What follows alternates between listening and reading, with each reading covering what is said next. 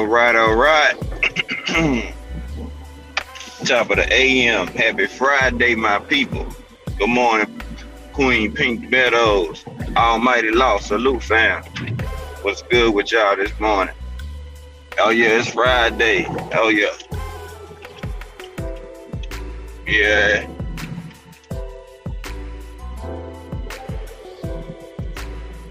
Get down this highway.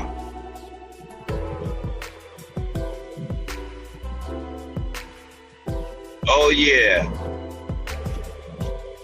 Oh, yeah, we got a few things to run down this morning. Oh, yeah. Jay Cooley, top of the top. My brother, salute to you. And Walt Willis, salute, bro. Yeah, we got a few things to talk about. Yeah. Bob Arum and Robert Garcia. Oh, yeah. Yeah. So, I seen the Fight Hype interview, and they was asking Bob Arum, about the Spence fight, and he basically insinuated that Terrence Crawford is not mentally tough enough to beat Errol Spence. Feel like his mental is always locked in, or mental tough enough to win that fight. Hey. Oh, interesting.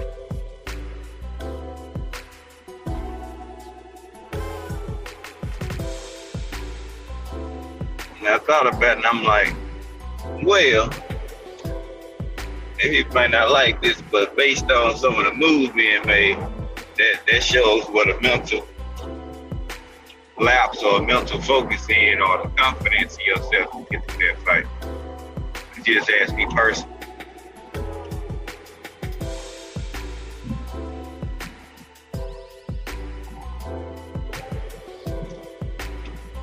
And also, Robert Garcia said that, sent out a message to, Team Crawford, like, don't make the same mistake we made. Spence didn't beat us based off of Craig Hill, salute, bro.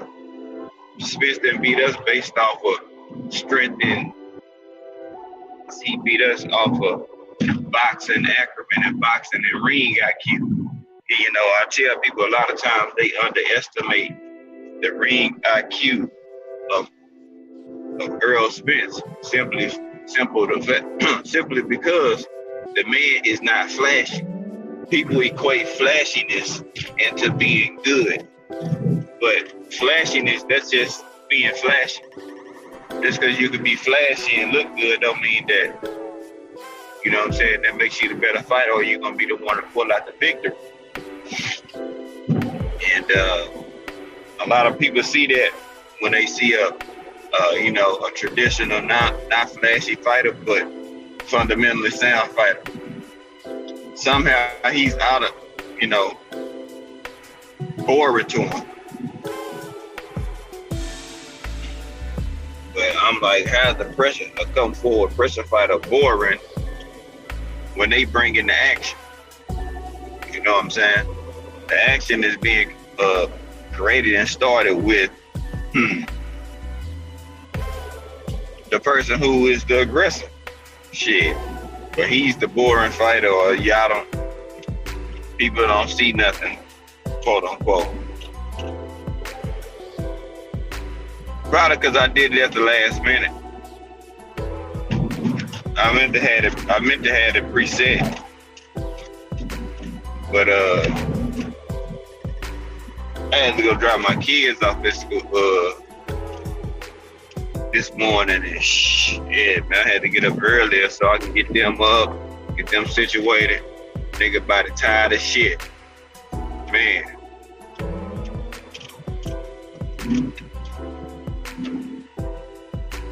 Body tired of shit. It's all good though, Tay. No biggie. No harm, no foul. Back of this man of the South. Salute to you, bro. know what I'm saying? That says a lot. And, you know, like I said, you know, I tell people, you know, Errol Spence is a highly intelligent fighter, man. Like, people got to quit underestimating and sleeping on this man. I mean, really got to quit sleeping on that dude.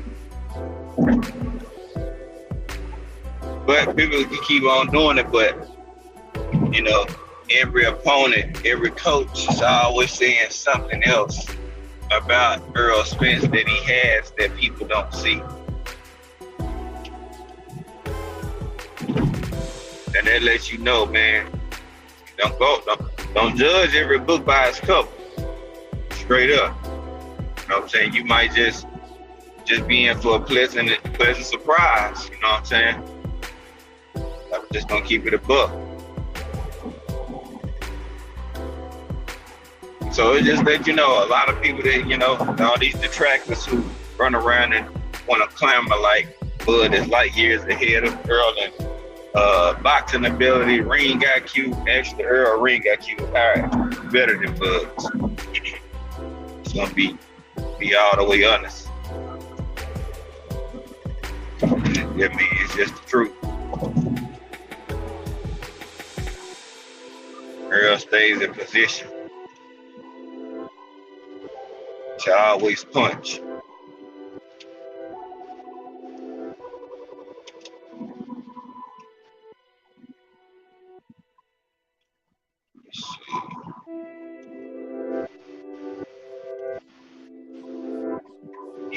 Okay.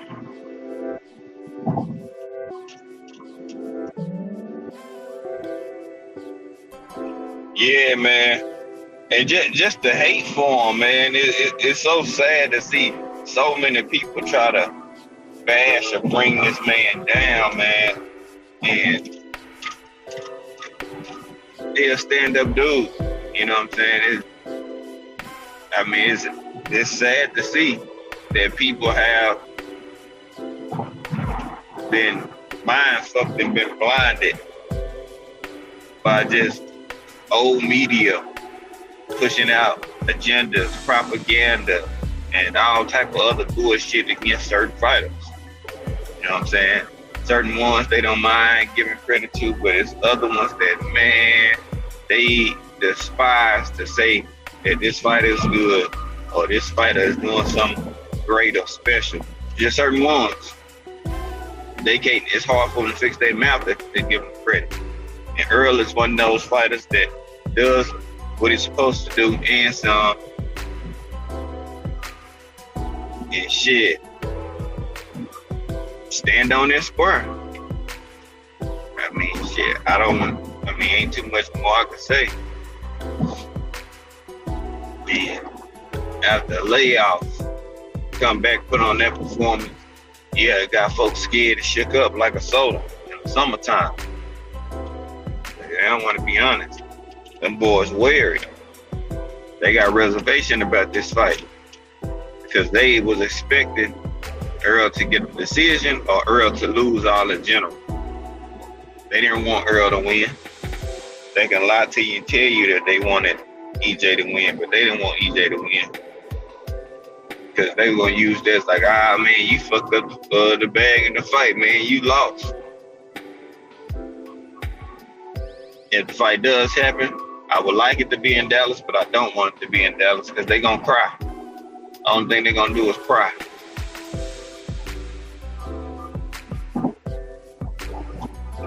That's all they're going to do is cry. And say that Earl cheated and all this other type of shit.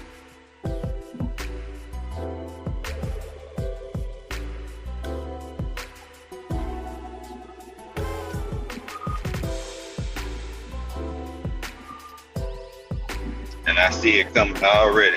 Just do what it do, my brother.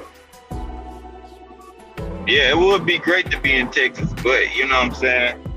Like, they already hating on this man now. They done put a beat down on Bud and do it in Dallas. Man, they gonna lose their motherfucking mind. And the Bud Justice League and, you know, the man fans, they gonna be, you know what I'm saying? running around pushing out narratives that Earl was on steroids and Earl had the judges and the refs and the back pocket and all that shit. That's the only reason why I question it being in Dallas. That's it. Because I don't want to hear nobody's mouth. We're going to hear it anyway, but I don't want to hear no cheating allegations. That's what I don't. Because they're going to do it. Trust and believe. They will do it. And I mean, really run with it. We already know how they do now. It's just simple shit.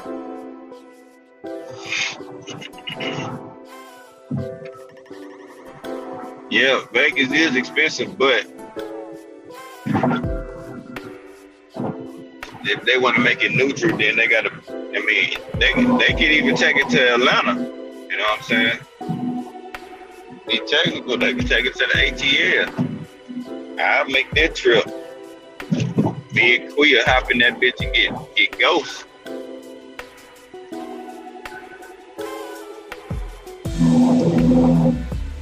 You know what I'm saying? So it's just that. That was my only reservations about it being at home. Because I already know what'll happen. What type of excuse they gonna, try to hit you across the head with, the type of shit that they gonna just start creating in the media. And then, just gonna go from there.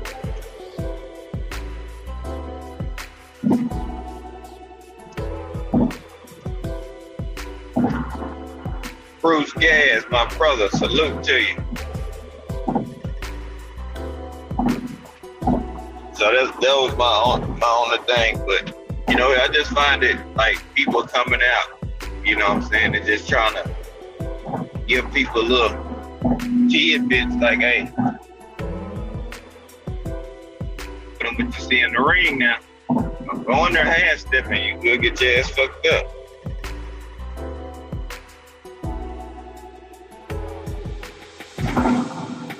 Yeah, almighty.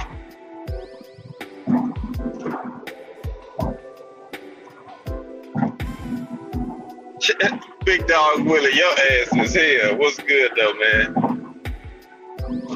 This nigga here come in clowning as usual.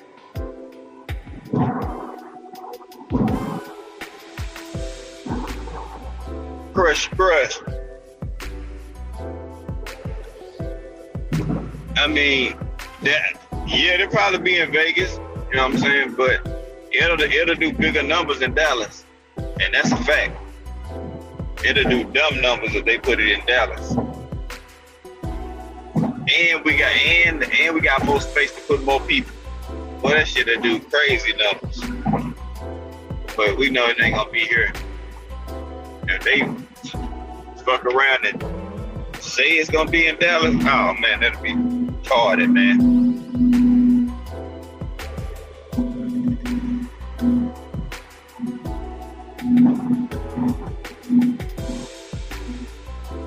Be crazy if they did. But I'm cool. We just need that fight. You know what I'm saying? It's fight week, man. We got a lot of great fights, y'all. Man, I mean, I can't stress that. I'm be saying that every day. Like I've been saying all week. It's fight week, man. We got some good shit this weekend, y'all.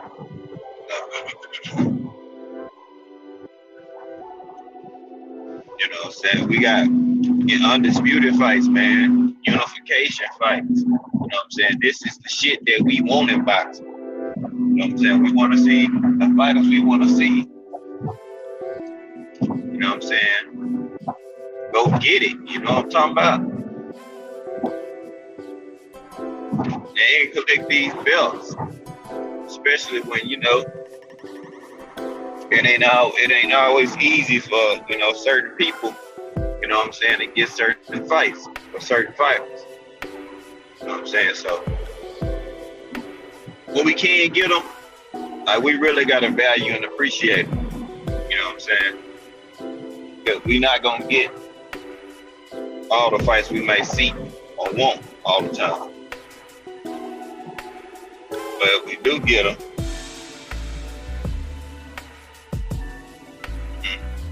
we gotta appreciate it. And yes, boxing needs this. No more weight, you know what I'm saying? Like, just think of how lit this shit'll be. You had Earl getting the third strap from Ugas. Great fight. Cool. Then we backdoor into Valdez Stevenson and Taylor and Serrano. One unification, one undisputed. And Cruz DeZern fighting for undisputed. It was 68. Which is gonna be an underrated fight. I agree with my brother Junior the Truth, because he said this as well. And I talked about this with my bros behind the scene. That that's gonna be a sleeper fight that people are gonna be looking over. Is that Cruz DeZern fight? I think it's gonna be a good fight.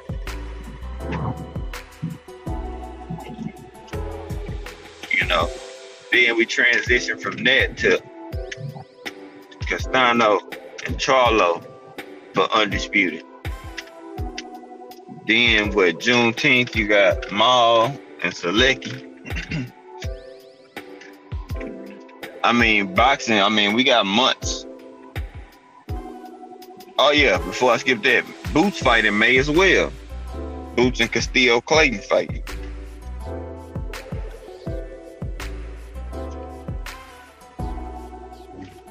So, you know what I'm saying? Like, we got boxing lined up.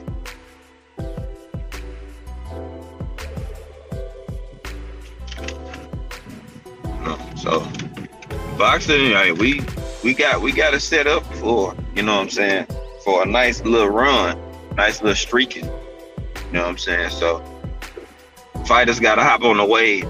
The key is, while this hotbed wave going on, fighters got to go ahead and make the fights. You know what I'm saying? While it's hot and steaming, go ahead and get the other fight while boxing bubbling. You know what I'm saying? That's to me, that's the best way to, maximize, promotion and keeping eyes on your fight. Because it's like, look, boxing gonna be hot, like, non-stop. So don't let that boiling sensation fester off, and you don't put your name in it, in that bucket with these other fights, because it's gonna be talked about heavily. Why? Because it's for fucking, everybody been on a high from undisputed and unification fights, man, fights that we've been wanting to see.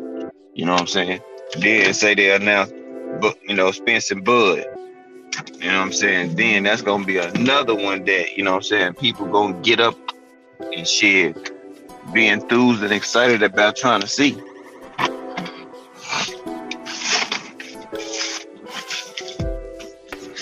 Straight up.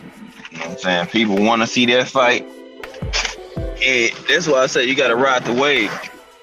Mad Chad, salute to you, bro. Mike Big, salute. Salute, OG.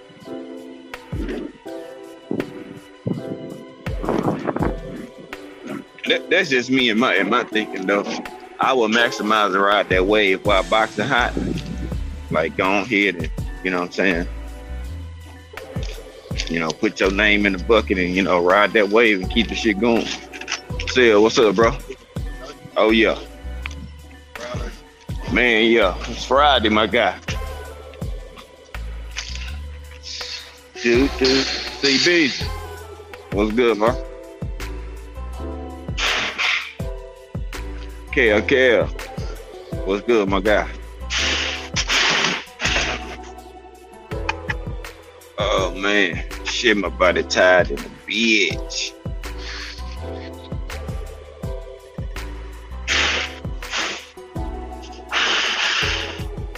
Lock in.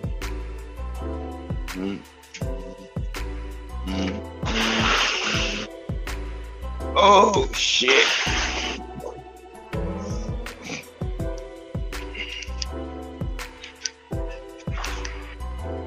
Yeah, so that's just me, my thinking. I would personally make sure I maximize my fucking stardom and, you know, ride that highway of boxing, man, because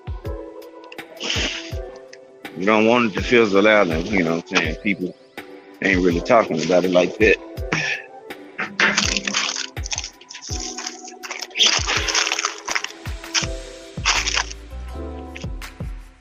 Cause it can, you know what I'm saying? We done seen boxing look dry as shit. Ashley, hone up. My sis, what's good with you? You know what I'm saying? And that's what people don't want to do. That boxing die back down, but people seem like boxing dead and shit. You know what I'm saying? Look at the heavyweight division struggling without Deontay Wilder. Yeah. Because that guy, he was the guy that was the guy. Stormy B, man, salute to you, Sensei. I had texted you back. I had missed your call yesterday or whatever. But I will wrap it up later on sometime today. So shout out to you, OG.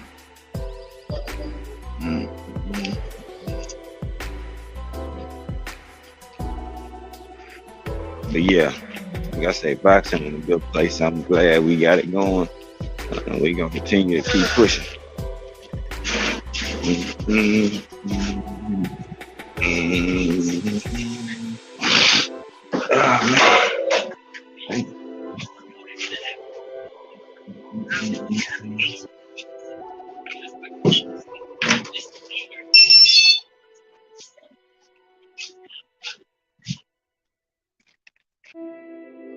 Oh man, bro. Tomorrow is fight day, man. Shit, I don't know about y'all, but I'm excited about this shit. Ray, what's going on, my dog?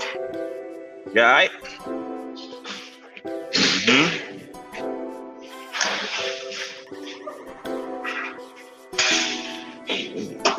Champion horse, salute to you, bro. I hit you behind the scenes too, man. There's a lot of moving parts in there when everybody was here in Dallas, man. But I'll catch up with y'all.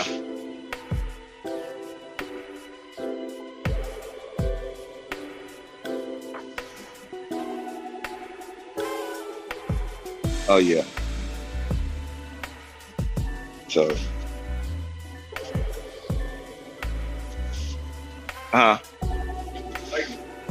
boy, shit. More than anything.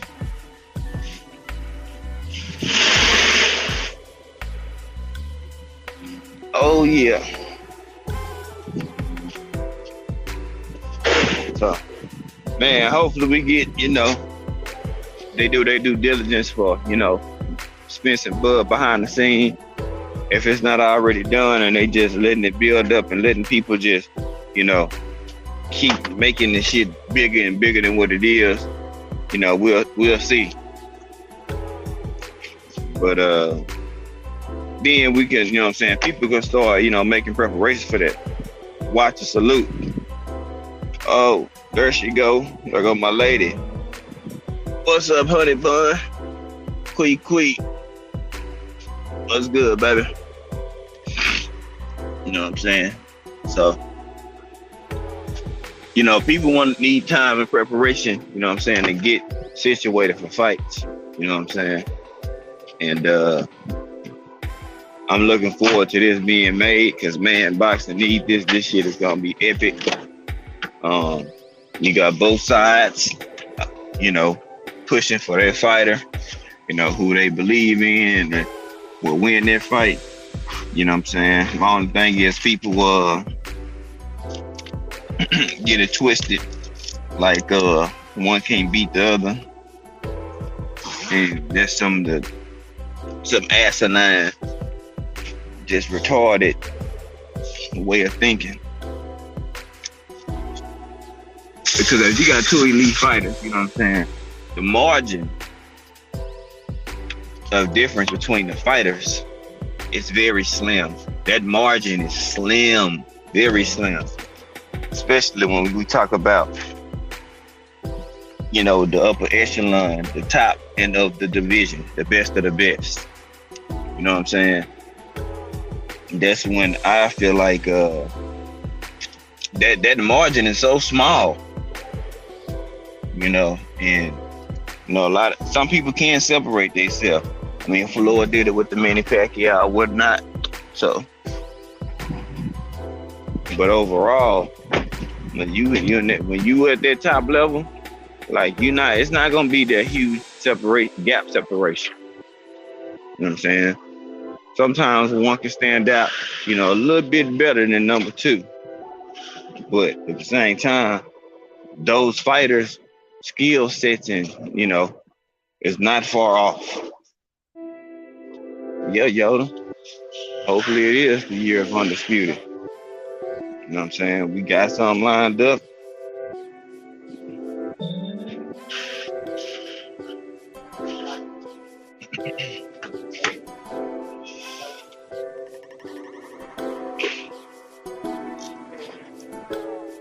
Yep.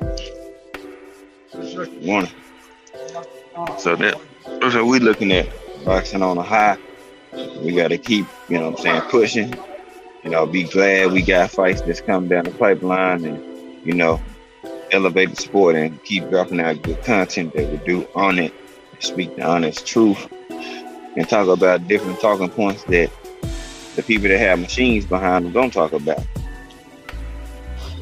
Yeah, you did a video this morning. I got I caught the playback as well, Stormy. I was in and out with these kids all day yesterday, so I had to just catch the playback. Great video.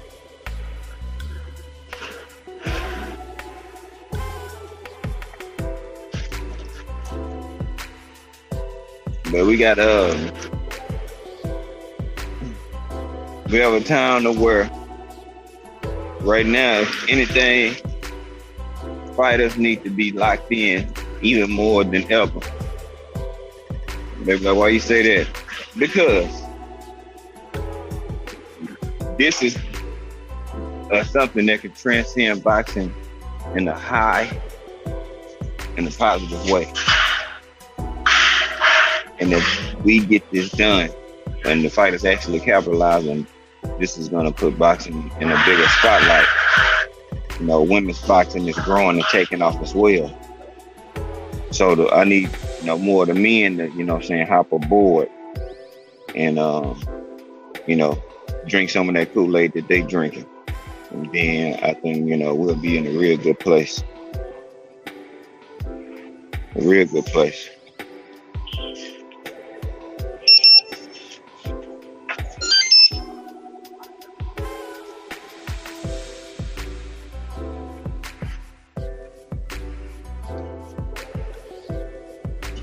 You know what I'm saying? It's time for people to bet on themselves, man. Look at Devin Haney Shakur taking pay cuts. Devin taking a wicked, dumb, just fuck you contract.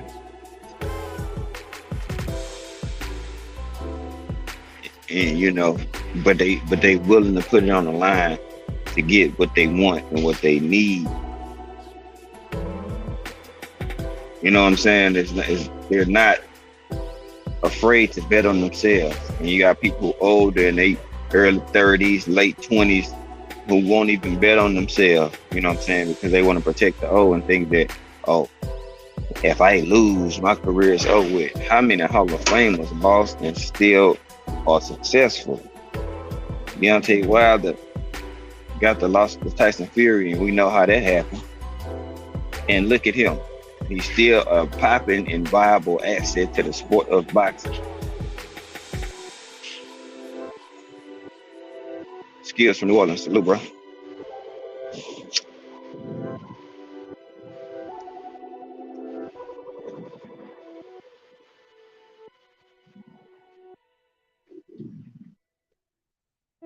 Big dog, your ass is hell, dude. You hell. I'm not finna play with you this morning, dude. Your crazy ass. What up, Jay Gibson? Salute to you, dog.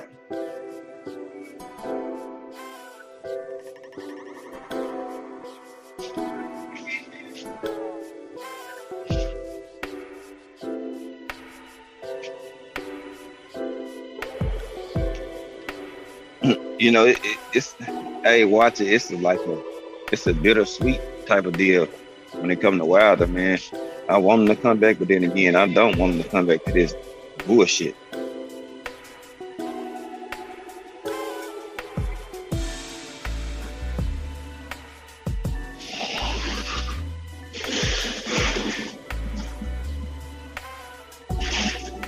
Oh shit! By the time, man.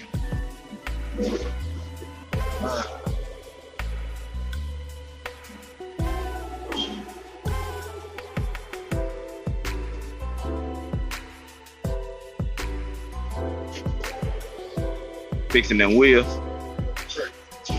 Mm-hmm.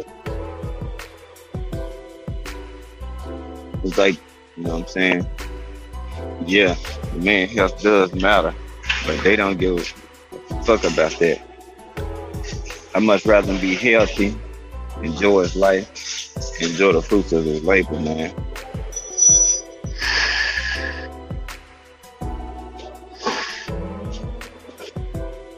That's what I look for when I look at Wilder, man.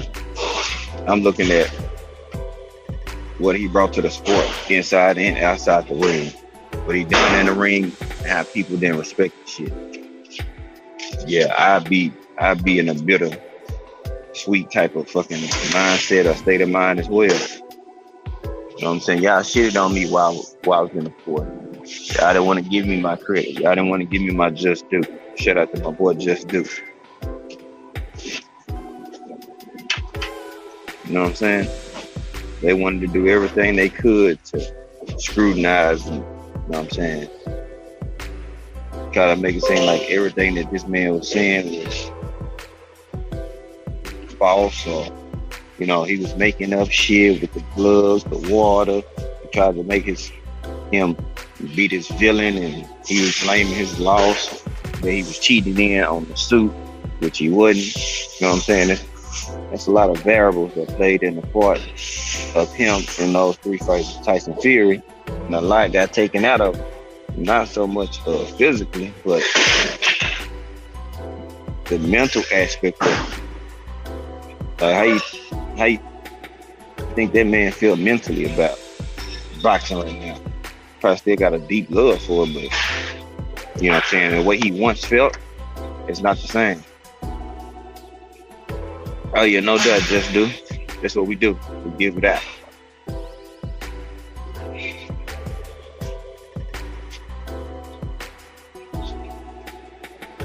So I'm not mad at Wilder, you know what I'm saying, chooses not to come out, you know, come back. Shit, he don't have to. What else does he have to prove, man? So what, he wasn't undisputed. He wanted it, but he couldn't get it. You know what I'm saying? So rather than just crying and moaning and complaining about it, he went another route. He found another.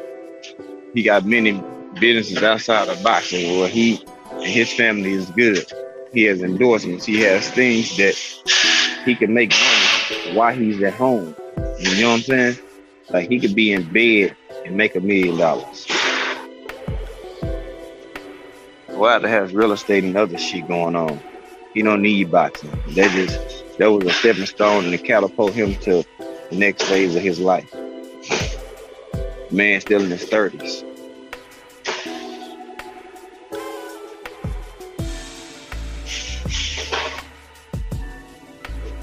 And he has all his faculties as well.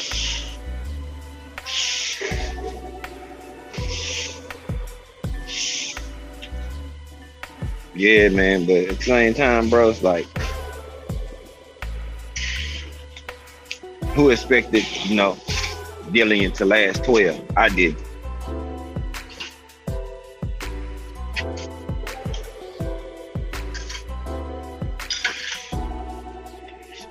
I didn't expect him to last 12. And if you did, then shame on you. I mean, he's just not a good fighter. Let's just be honest. Dillian Whyte is ass. You know what I'm saying? He is absolute garbage. You know what I'm saying? Luckily, he got a promoter that believe in his ass and his minimal skill, and you know he keep getting fights and getting pushed and promoted.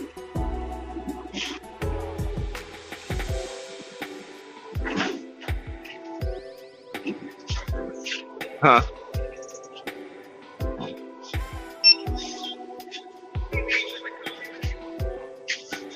You know what I'm saying? And when people hype up and say that Dillian White was gonna beat Deontay Wilder, I'm like, in what universe are we fucking talking about? When and how was Dillian gonna beat Deontay Wilder?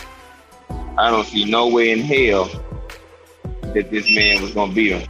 He don't punch hard enough for one. You know, he big, he sloppy, off balance. His chin has been destroyed by uppercuts, and he can't get out of the way of an uppercut to save his life. And y'all want me to believe that this is the guy that was going to beat Deontay Wilder. I ain't got to be Einstein, but goddamn it, that shit just don't make no sense. You know what I'm saying? That shit don't make no sense. Y'all mean to tell me Dillian White was gonna beat fucking Deontay Wilder? Bruh, Deontay Wilder would have landed one punch on that anywhere on his face. It didn't even have to be his chin, and this shit was gonna explode. You either push or whatever. You let Fury flatline you, bruh. Not Joe Joyce or one of these people who known for power punching. You let Fury flatline you, homie, and you was out. Like, they tell me everything I need to know. And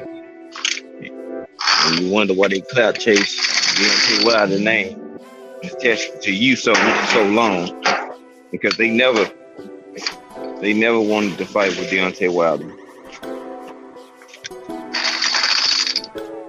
It wasn't part of the plan.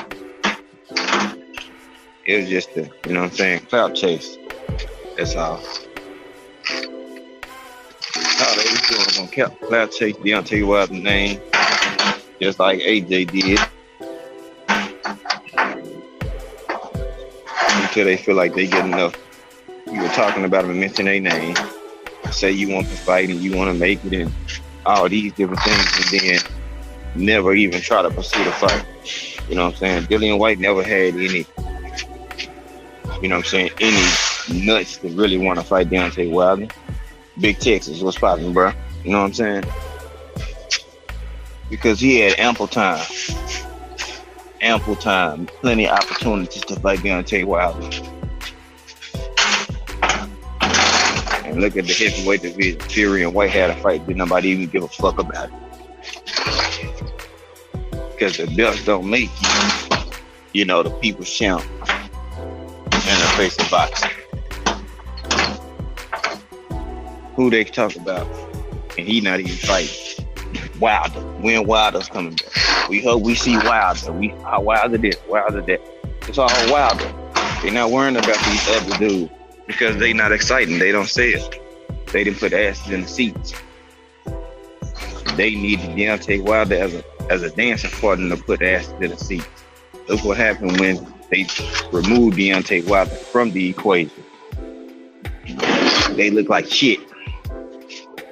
They sales look like shit.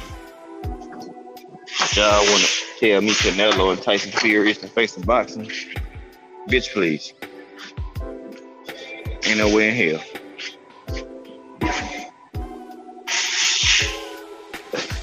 Nowhere in here that man the face of boxing. Never has been, never will be. And his questionable wins and the shit that transpired, you know, with Deontay Wilder is one of the main reasons why people, you know what I'm saying, have a disdain for him. If you want to be technical about the shit, That's the main reason why people do have a disdain for him and feel some type of way. If he beat Deontay Wilder fair and square, Fury will be able to get the respect that he's looking for and he was hoping for. But since he's not,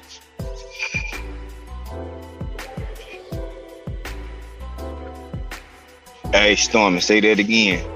He loved kissing ass and loved being ran by white men. And that's no disrespect, but he viewed them as superior, and he want to be superior, so he's gonna do and bow out and cop out to anything that they say. Unfortunately.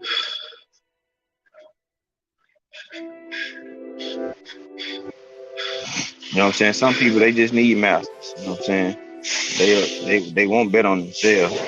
They need somebody to orchestrate and push shit for them. Yeah, y'all sub to my boy Mike Biggs Boxing, man. Yeah, y'all do that for sure. You know, it's all love this way, Mike Biggs.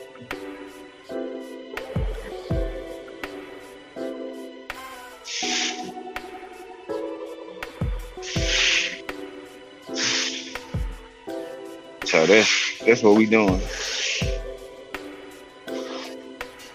Sub to all these good people. Sub to Watson. Sub to Stormy B-Man, Ash and Tweet, Tay. You know what I'm saying? Just do. Jelly Bean, salute, bro. Who else I see in here? Content creator that I might have missed. Ratchet since 91, salute. I missed you in here too, my bad.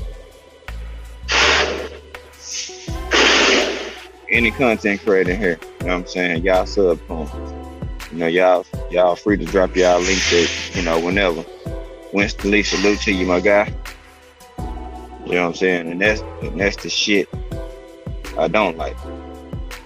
Motherfuckers doing all this shit, talking, and all this hating on Deontay Wilder.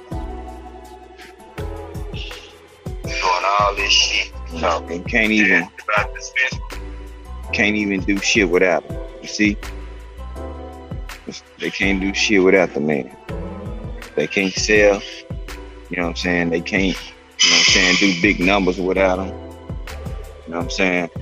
Everything they did was attached to, you know what I'm saying, was baited and built off cloud chasing off Deontay Wilder's name. Now, ain't that some shit?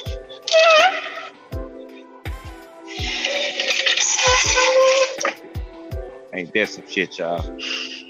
They did everything and it was built off Deontay Wilder's back.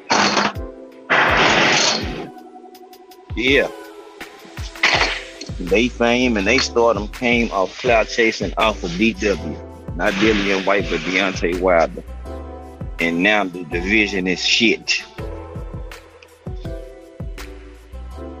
Wilder, make the ass up. Let the ass go without you, man. I don't care if Wilder don't come back at all, man. Look how they treated Wilder. Look how they treated Earl Spence after the man made his comeback. You know what I'm saying? Not one time, but 2 times. And still didn't miss a beat. They don't give a fuck about that. They don't respect that. You know what I'm saying? People wanted him to lose. People didn't want Earl Spence to return back to boxing. Let's be honest. You know what I'm saying? We're gonna be honest and open this morning. People didn't want to see that man win. People didn't want to see Earl Spence back in boxing. People didn't want to see him back in the ring and thriving and kicking ass like he never left. They didn't want to see that. Nah. And you know they didn't, because when they talk about certain shit, they don't have nothing to do with boxing. It's all about his jewelry, his nipples, his teeth, his chick, his kids, his car, he a drunk, he this, he that. It has nothing to do with the boxing. That's how you know the hate is deep rooted in these individuals' soul. You know what I'm saying? This is a deep rooted hate. You know what I'm saying? That shit run deep. EOT, salute to you, big bro. What's going down, my guy? You know what I'm saying? That's sad. They got deep rooted hate. They talk about his jewelry, his chain. Now, you can have all the iced out jewelry and iced out chains and shit. That don't mean you gonna you this or you that or you better than Bud.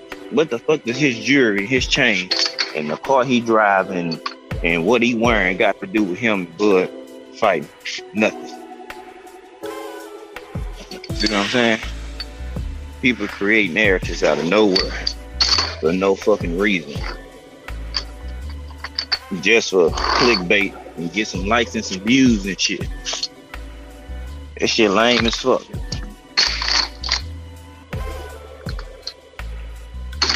That shit real lame. You know what I'm saying? People gotta go out of their way and talk about a man and his personal life, and what he doing and his mistakes he made, and he clearly admitted to his mistakes. But they can't remember that.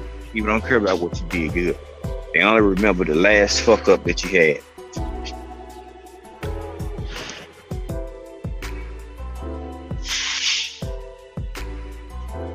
Now, nobody care that Fury won. Not at all. They ain't even worried about it. Because it don't matter to him. Because he is really not, you know what I'm saying, the guy who really moving the needle for the heavyweight division. See, everybody ain't gonna be honest and tell you the truth about this shit. Most people gonna fabricate some shit just because they have a disdain or a dislike for Earl Spence or Deontay Wilder or Terrence Crawford or Tank Davis or Devin Haney or Shakur Stevens.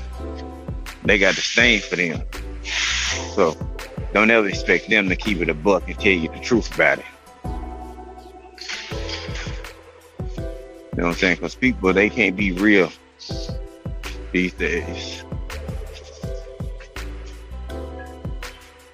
They want to make you believe that if you don't rock with who they rock with or don't agree with them, that your opinion is wrong.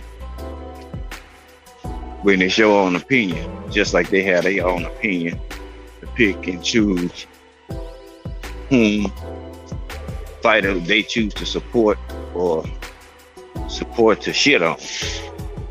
Everybody has a choice. But a lot of people have messed up boxing, telling them that you can't like more than one fighter. You gotta pick this fighter. It's a red pill, blue pill. You know what I'm saying? You either on this side or you on that side.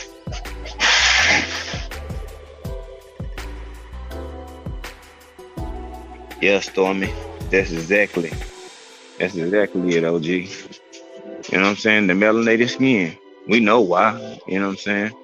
I was gonna get to that point, but I wanted to set the table and let people get a real good understanding where I'm coming from, and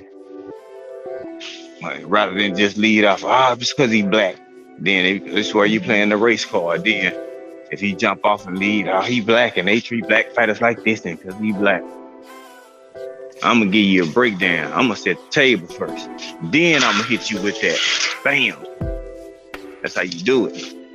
You set the table on these cats first. You lay down the foundation. Then you build the house on that shit. Don't let that go over y'all head, you dig? You know what I'm saying? And just in life and shit. You know what I'm saying? You lay the foundation of what you want to talk about or whatever presidents you trying to set. Then you drop the bomb on it. Don't do no half-ass, no incomplete shit. You know what I'm saying? You know what I'm saying? You want that shit to stick. When it hits, you want that shit to stick. You feel me?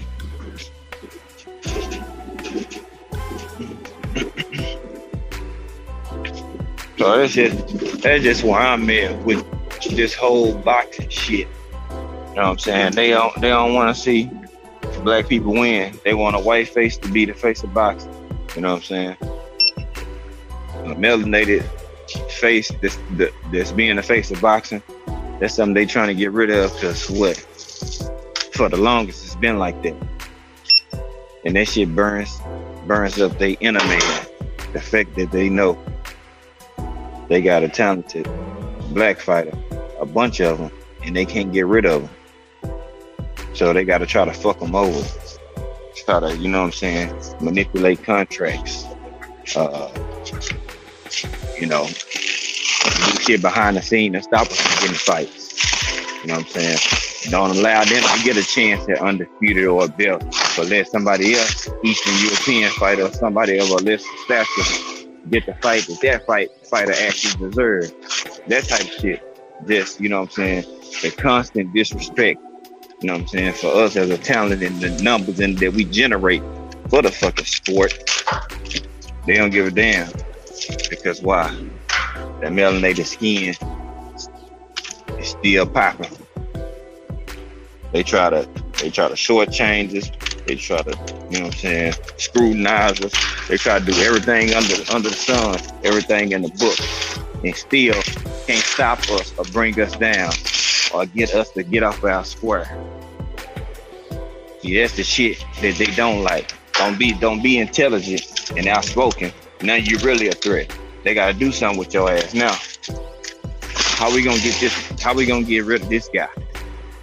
Yeah, don't think that they don't have those type of conversations behind the scenes when they know you're not going nowhere. You think they ain't had conversations behind the scenes on how can we get rid of Deontay Wilder for good? Yeah, that's why it took so long for them to devise and scheme and put that plan together. Because shit, they've been trying to figure out a way to get him off. And every way they tried, it failed. So they had to cheat him. Using a bigger specimen, you know what I'm saying?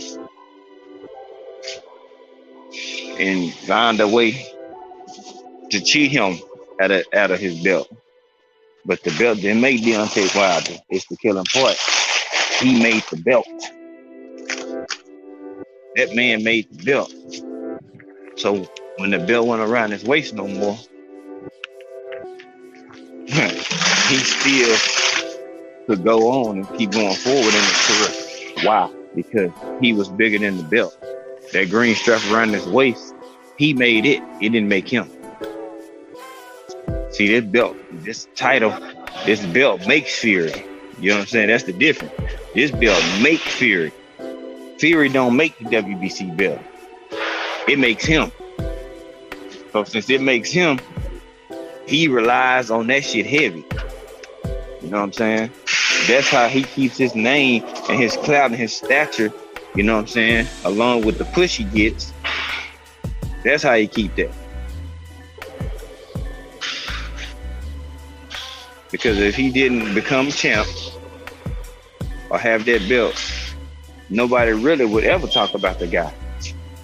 Let's just be a buck. Picasso, salute, fam. And that's just the honest God's truth. If he ain't had a belt, nobody would talk about his ass. Real talk. Nobody would be talking about fucking Tyson Fury. He never fought Wilder. That man had old clout. I'll fight Klitschko and shit.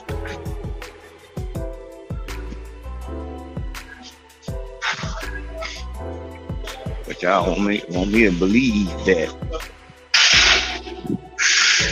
this man is the face of boxing and have to comp tickets and shit and give away tickets because his ass is not a draw and it can't sell. Shit.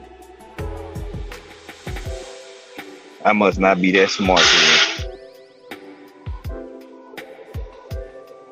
Something must be wrong with my mental then. Because that shit don't even make sense.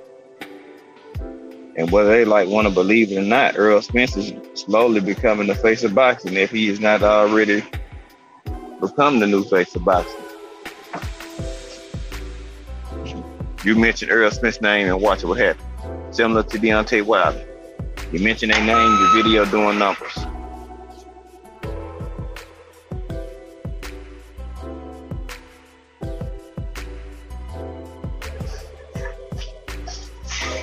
I'm saying? Mention his name, it's gonna do numbers. Mention Wilder, Earl, Tank, you know, they're gonna do crazy numbers. There's other fighters that are just as talented. They don't do biggest numbers is when you mention them names. But if you mention Tank, Wilder, or Spence, yes, you're gonna do some numbers. Because certain fighters, they want to lose bad. You know what I'm saying? Like they got a disdain for them. What's good, J.A.? You know what I'm saying? Jay Gibson, what's poppin', bro? I see you in here, big J.A. Dixon. That's fam right there too, man. Y'all know me. I'm working while I'm working. Y'all know what it is. Opulent. LD. What's good, my fam? My brother, man. You get you some sleep, bruh. I know them twins finna work the shit out your ass, man.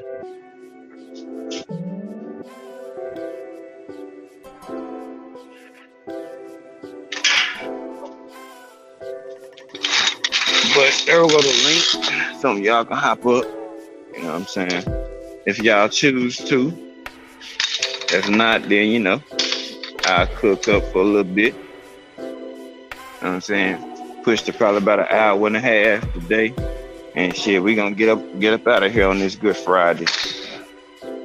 You know, I'll probably drop like 3 videos at some time today. They'll be back to back, just my fight breakdowns and predictions. You know what I'm saying? I done talked about them, but these will be my final predictions on the fight, and that'll be it. I'm not gonna be doing no more prediction on these fights that we have for the weekend. Stupid question. You wouldn't happen to have a Netflix show? Not today, I don't.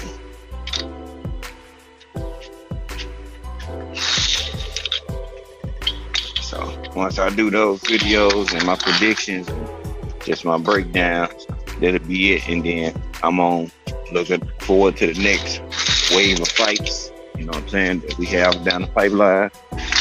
And shit, go from there. I might have more than 3. I might have about 5 to drop. Cause it's a couple just videos I'm gonna do.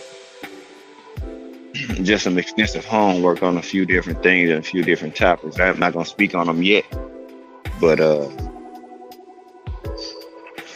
yeah, it's gonna be some dope shit.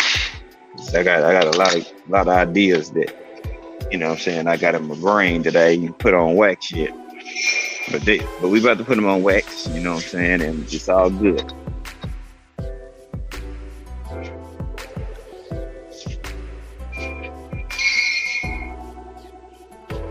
DP Rocker, what's good, my brother?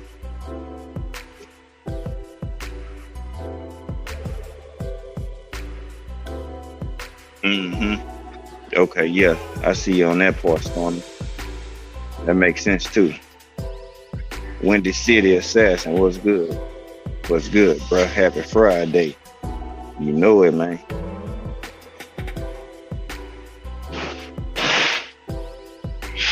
Yeah, but if you say that Earl is the face of boxing, people gonna get mad at you and you know what I'm saying, or telling you don't know shit and you dumb and you just an EJ nut rider and shit like that. You know what I'm saying? That's the type of response you're gonna get.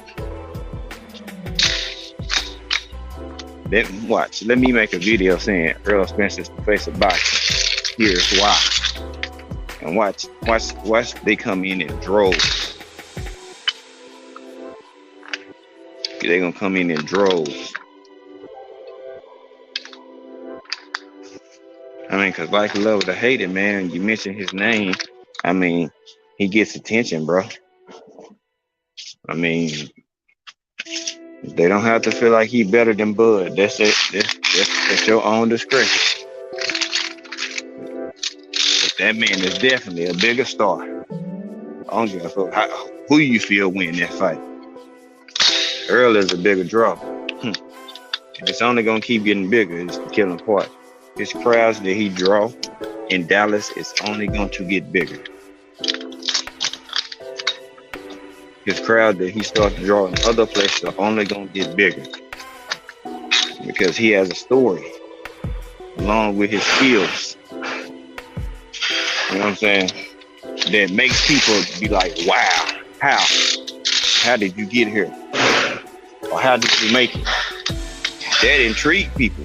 So when they see he's still fighting, hell, they want to see if he's still gonna be who he was. So that intrigue and that mystery make people want to come and see the man. Yeah, I'm talking about it. Other people might not talk about it. That's the motherfucking truth. T. Roberts, what's good, man?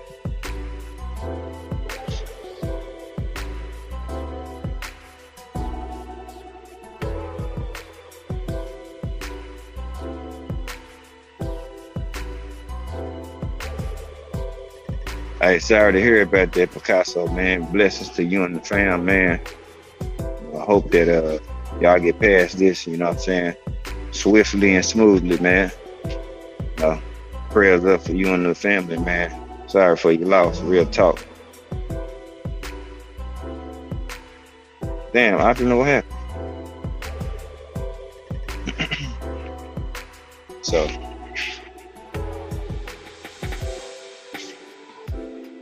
you know, that's why I say people don't, man, some shit is unpopular, man.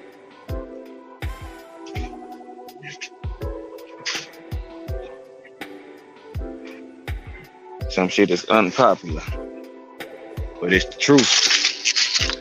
And the legend of Errol Spence continues to grow.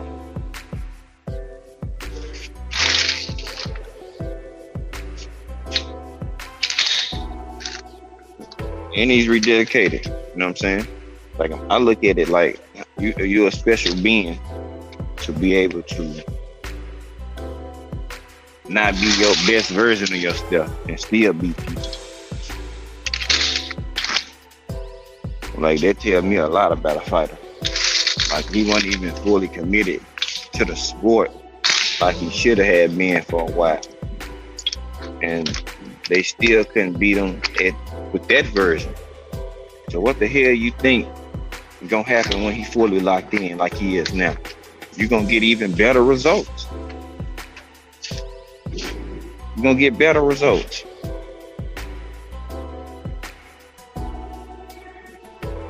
That's all you're gonna get is even better results.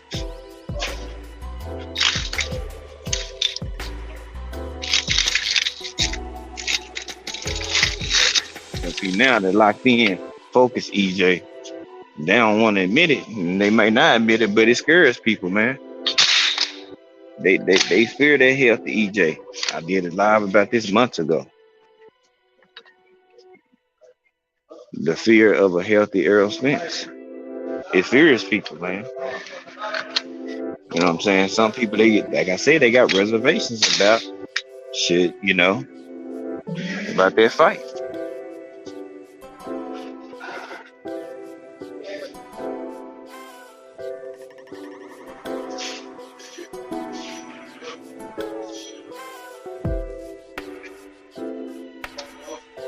You know what I'm saying?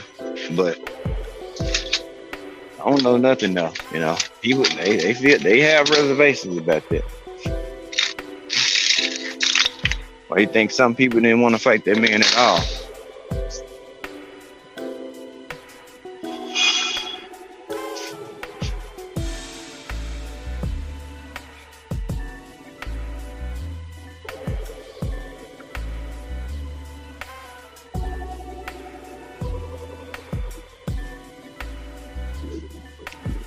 You know what I'm saying? It wasn't until Earl showed that he can be the cash cow for the division.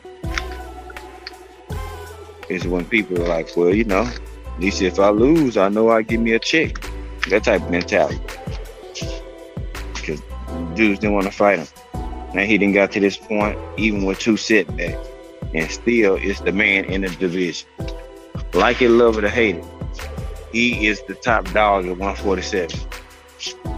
You ain't gonna have 3 belts and put in the work for it. Even with setbacks, you tell me this man ain't the number 1 in the division. No, sir. Stiff for competition.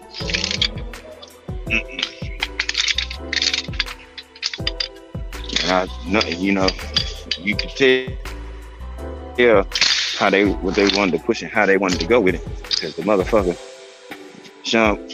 Bud beat Sean Porter and jumped Earl as the number 1 welterweight. Make that shit make sense. Still with 1 belt. But you want to make me believe that he the best number 1 welterweight. No.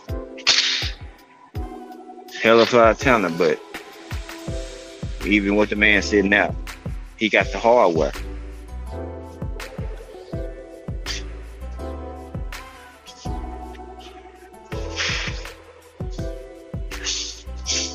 The man has the hardware.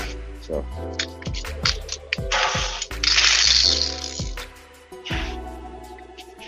but they don't want to believe that though.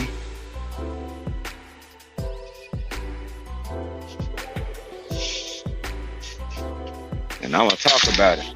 You know what I'm saying? People ain't talking about it. They don't want to believe that shit. You know what I'm saying? We gotta look at all the shit that was done and said about EJ and the shit that these motherfuckers, the picture they was trying to paint. You know what I'm saying? I can live what's good, my guy.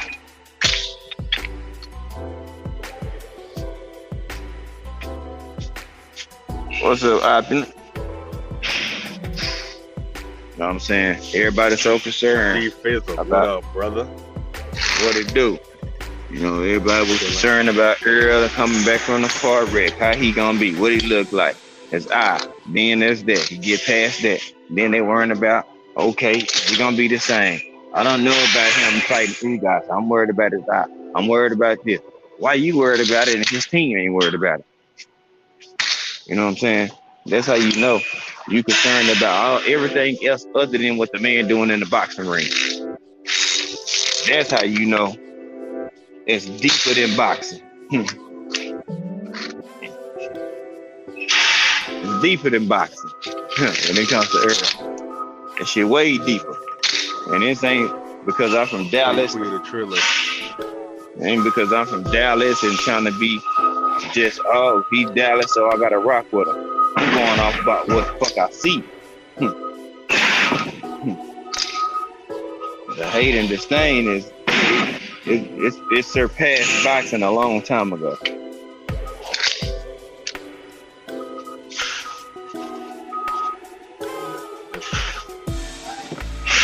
You know what I'm saying? It passed by. It was surpassed that shit a long time ago, bro.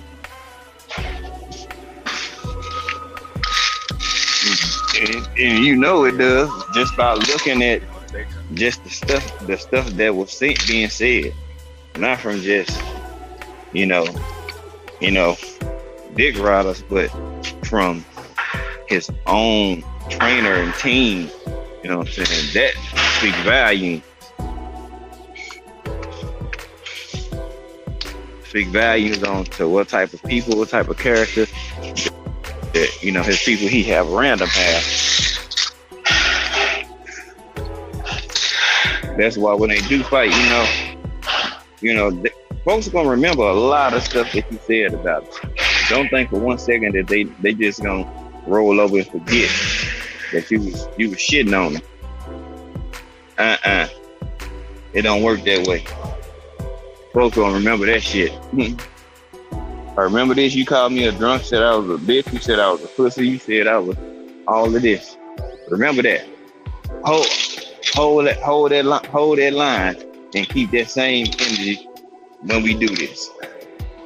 So all that shit ain't do nothing but fuel this man.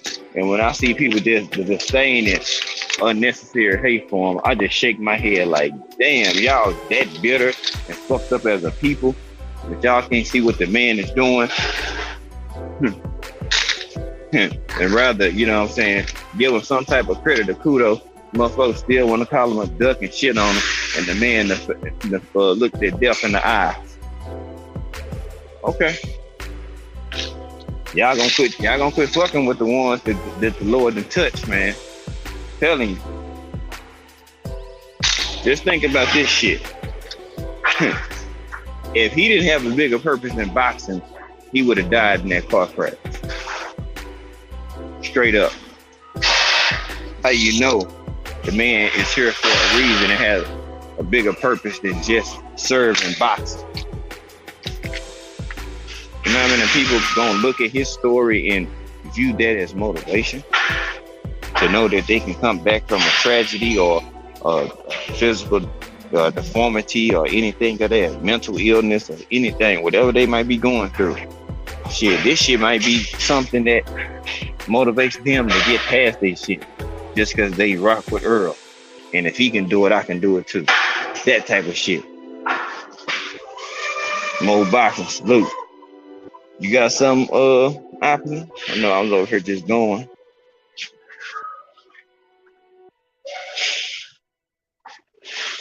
You're option.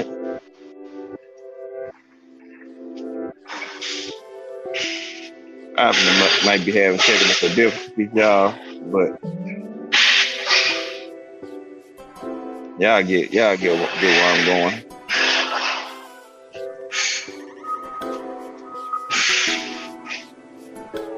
And that's what I want a lot of people to realize, like, you know what I'm saying? The man has a purpose in life.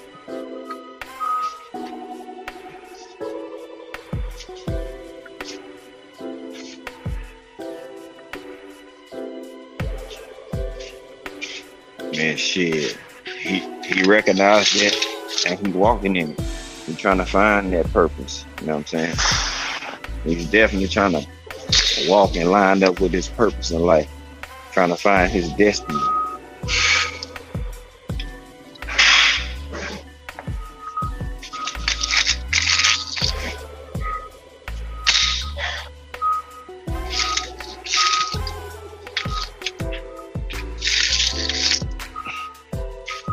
And now this is what we have. We gotta rededicate it, rejuvenate it, turned up, locked in. Earl Spence, and I, for one, am very happy for the man.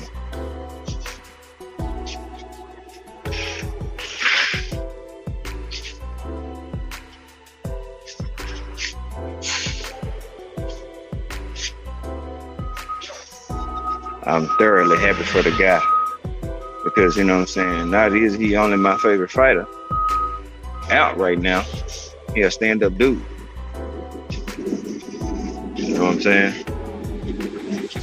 And a extremely gifted fighter who done been through some shit, who is mentally tough and mentally tested, mentally battled. You know what I'm saying? Like mental edge, like this man here is there. Look what he done been through in the last 2 years, and look where he at now. He's still on top.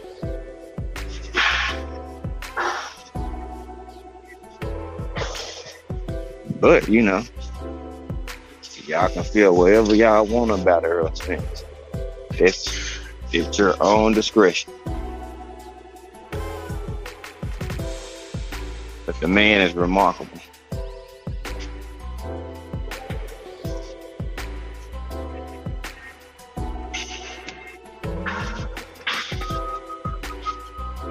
And he's blessed. That combination of being, resilient, blessed, and talented. You got a monster.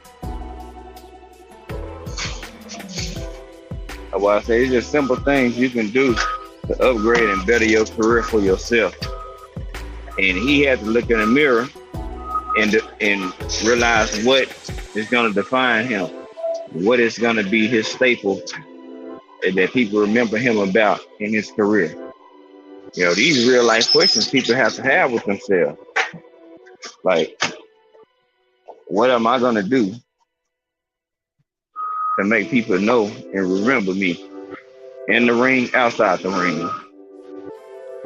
Because it's two careers: him as a boxer, and then him post career. A lot of people, have better, some that do it the right way have better post careers.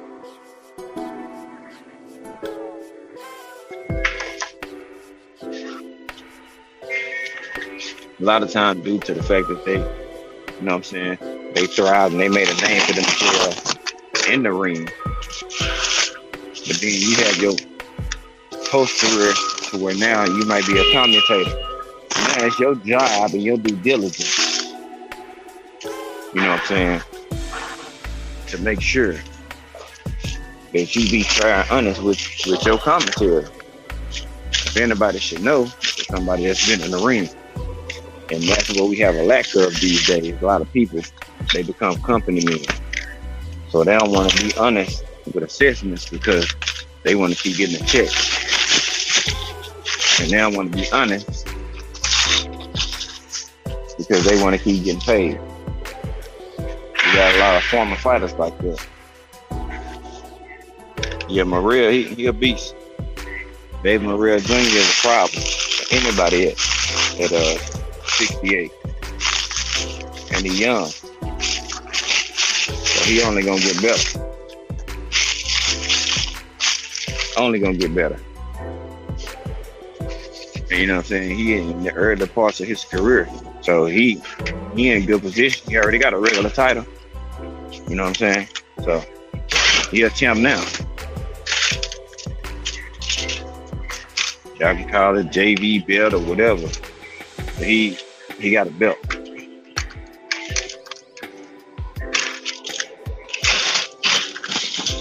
And he talented as hell. You know what I'm saying? I GM Tim.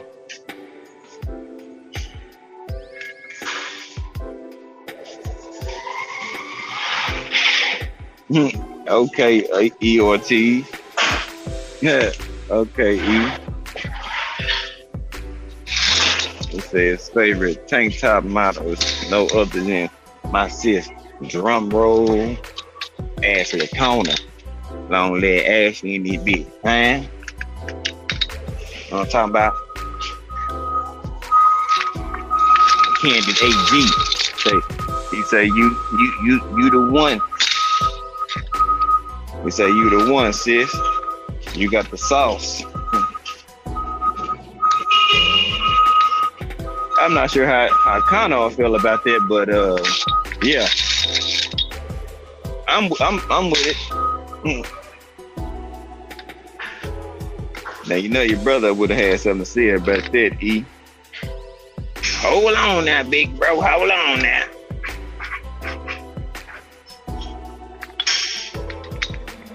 Hold the fuck up. You know him. He gonna come in off the wall with that shit, wild and loose with it. I'm like, what the fuck you just say?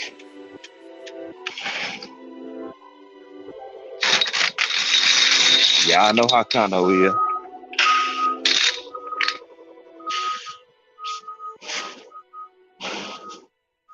Man, I'm trying to tell you.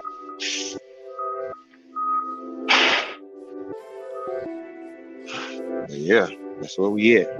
I probably rock probably another 20-some minutes, and I'm shutting it down today. Yeah, and no marathon today.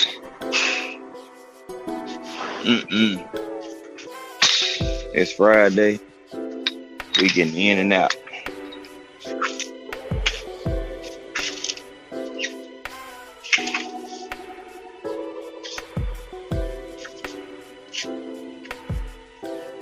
Yeah, Connor would have lost his shit.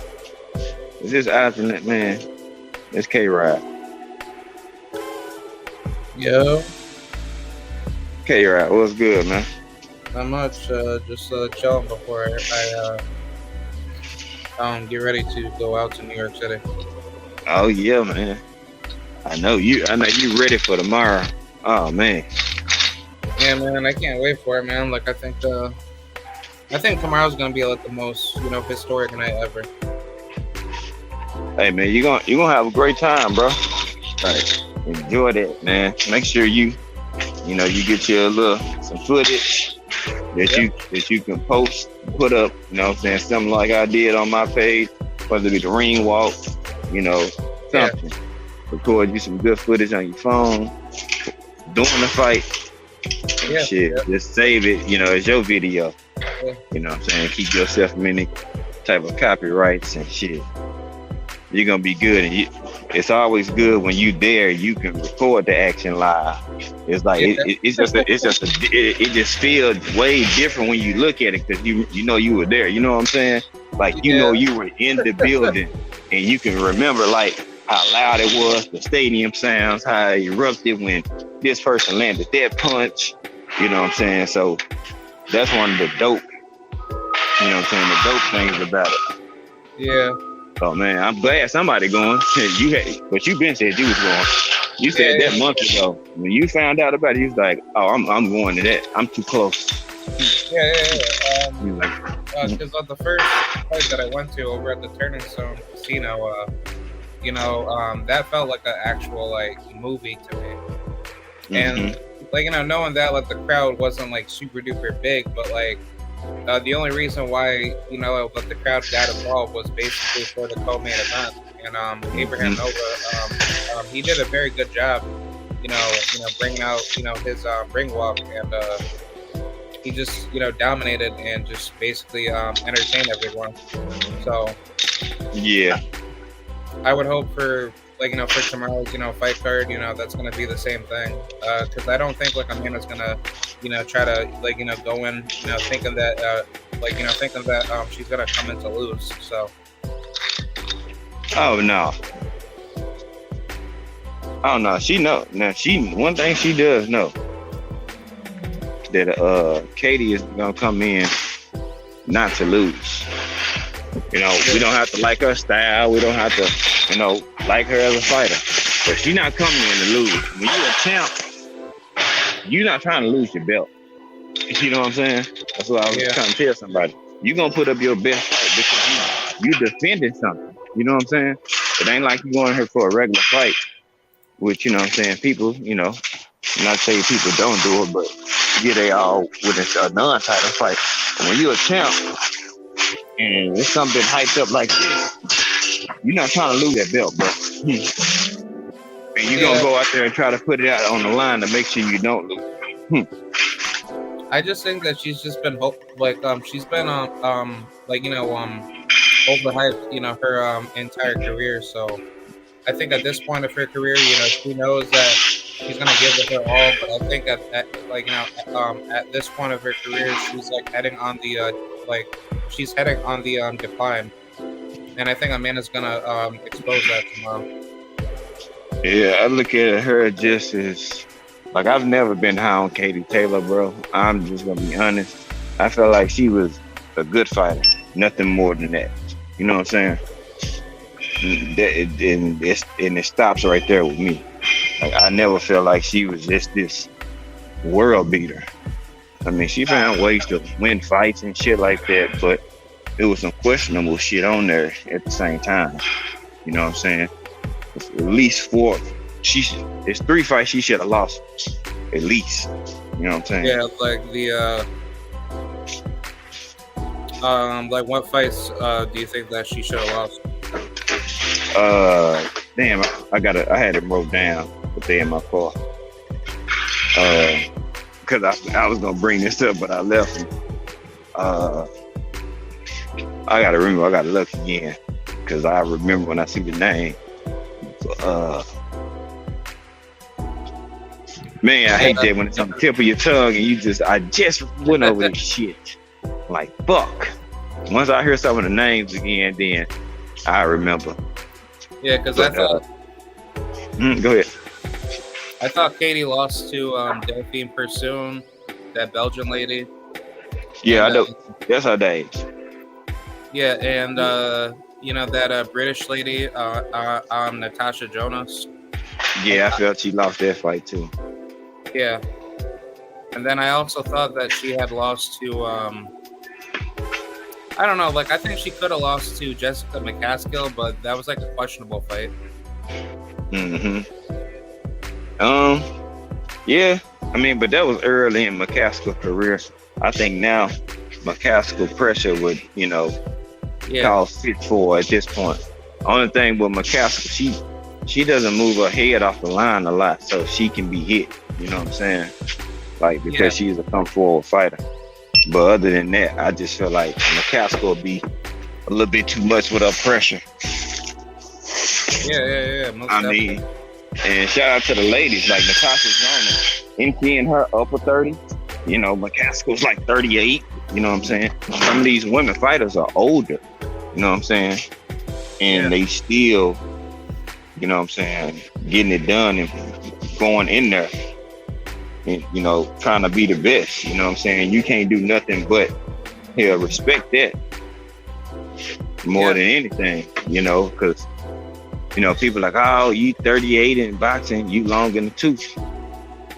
You know what I'm saying? And people, will try to write you off because they think that, oh man, they too old now. But shit, some people, they start late in their career. So when it comes time for them to hit 37, they might be 8 years into the career. And now, to a normal person that's been taking a lot of punishment or been in a bunch of wars, their prime years are gonna deteriorate faster because they have more wear and tear. So I look at some of those people like they kind of redefining like the age of your prime because they still fighting and they're older and they're good. That's the killing part. I could see if they were just trash, but they actually talented. Like they had different jobs and other shit they had going before. They really got 4 boys locked in boxing. Yeah. So, I like Natasha Jonas. I like Jamie the Miracle Mitchell, Yeah, I don't like Jamie. You know what I'm saying? It's just different fighters, you know what I'm saying? Women, they on the rise. I just hope that we can get Savannah Marshall and damn Clarissa Shields, man. Yeah. Like I heard people thinking that Marshall gonna knock her out and shit like that. I'm like, okay. Of the champs that she's fighting, Marshall, I mean, they're not Clarissa. I've been hearing different, people perspective and shit like that on how they feel she'll fare. Being in the pros now and stuff like that. I'm like, hey, plenty of people lost in the amateurs, but the pros is different. Some people take that L and they grow from it, and it's not a loss, it's a lesson. And they use that as a lesson. And from that point on, they handing out lessons. You know what I'm saying? So it's not always like that triangle theory, like, oh, you beat them in the amateurs or they beat you in the amateurs, so they'll beat you in the pros. No, because people's style do change and they mature and grow as a fighter. You know what I'm saying? Some people might have the talent already, but they might not have to be strong enough mental, you know what I'm saying, to get the job done that they trying to get done. So then,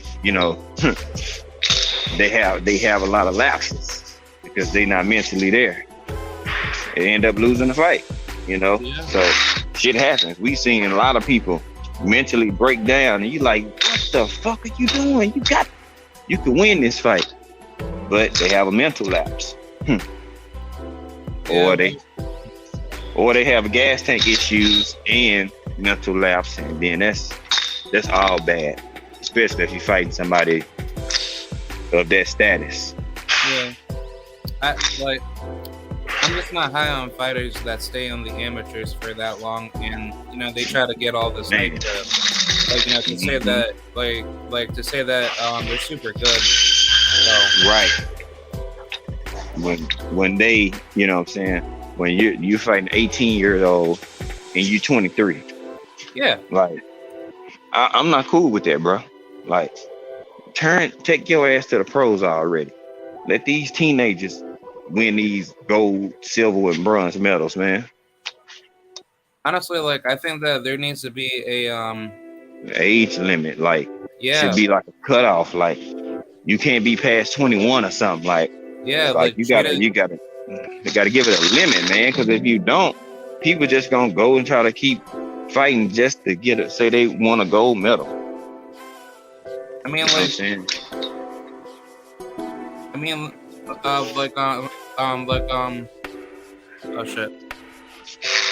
You good? I was gonna say, what pissed me off like about the recent Olympics was that females were able to join the Olympics while they were fighter. My granddaughter. She's doing this weird thing. I don't even know what it is. What is that? You know? Who knows, man? What I need. Yeah, because that's fucking bullshit, man. You have to be joining, the Olympics like while you're a pro. Yeah, it has to be some cutoff, man. The shit getting out of hand, like Lomachenko. And no way you should have been 24, 25. You know what I'm saying? Still fighting in the amateurs, man. Like, yeah, that's some sucker shit to me, man. I don't care how nobody feels. That's sucker shit to me, man. Yeah, because it doesn't make you, like a good fighter. It actually, makes you like a bad fighter. So, I mean, at the end of the day, it's like, you're basically beating up on younger children. Just to say that you're the best, fighter in the industry.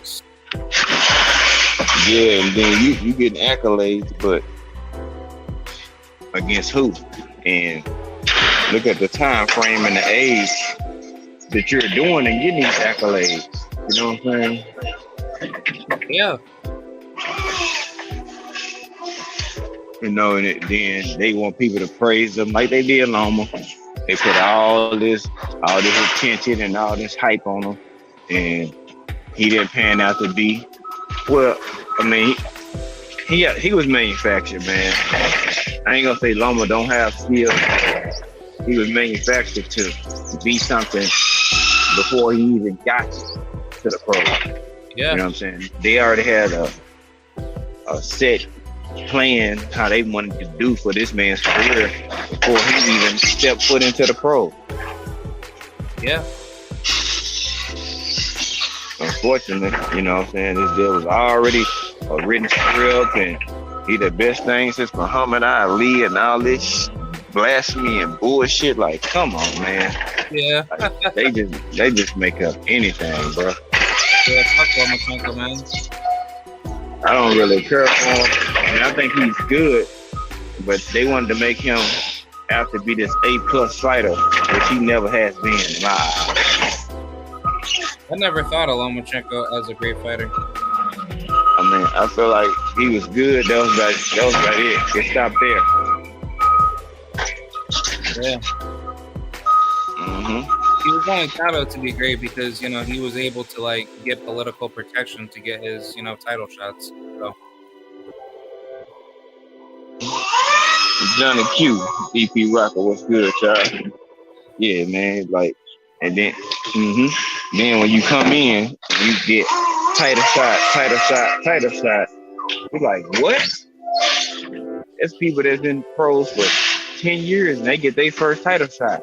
Within your first 5 years, you got at least 3? You know what I'm saying? Like, come on, man. Like, that's how you know it's built. It's manufactured for him to look like this almighty God type of figure.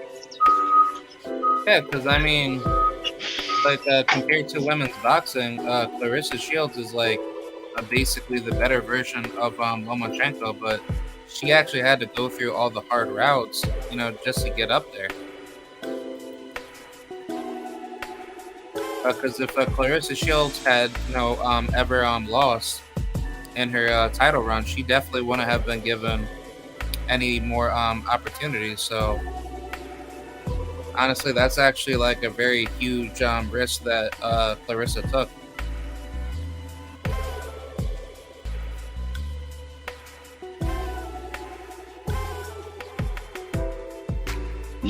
Yeah, she wouldn't. Yeah, they would have wrote her off.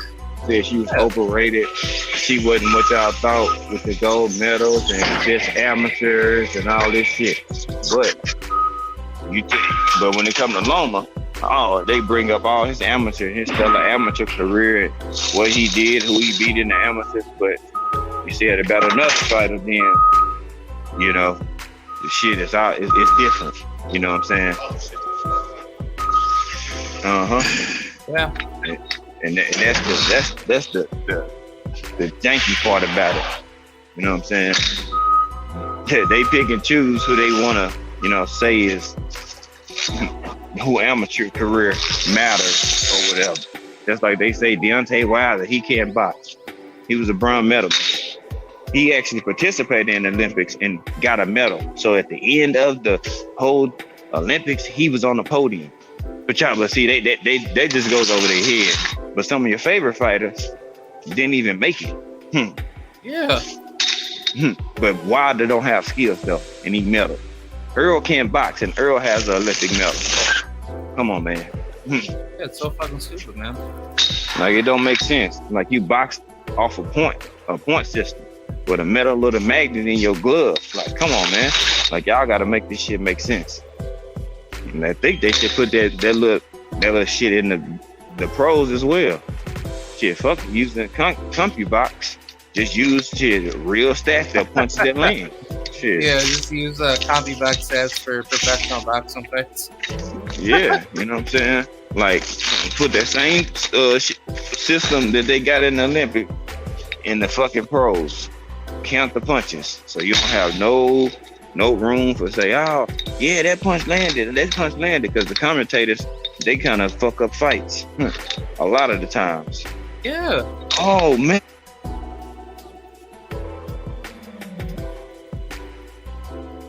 Yeah, they always be fucking up fights like that. Mm-hmm. They be like, look at the blazing combos that he's hitting him with.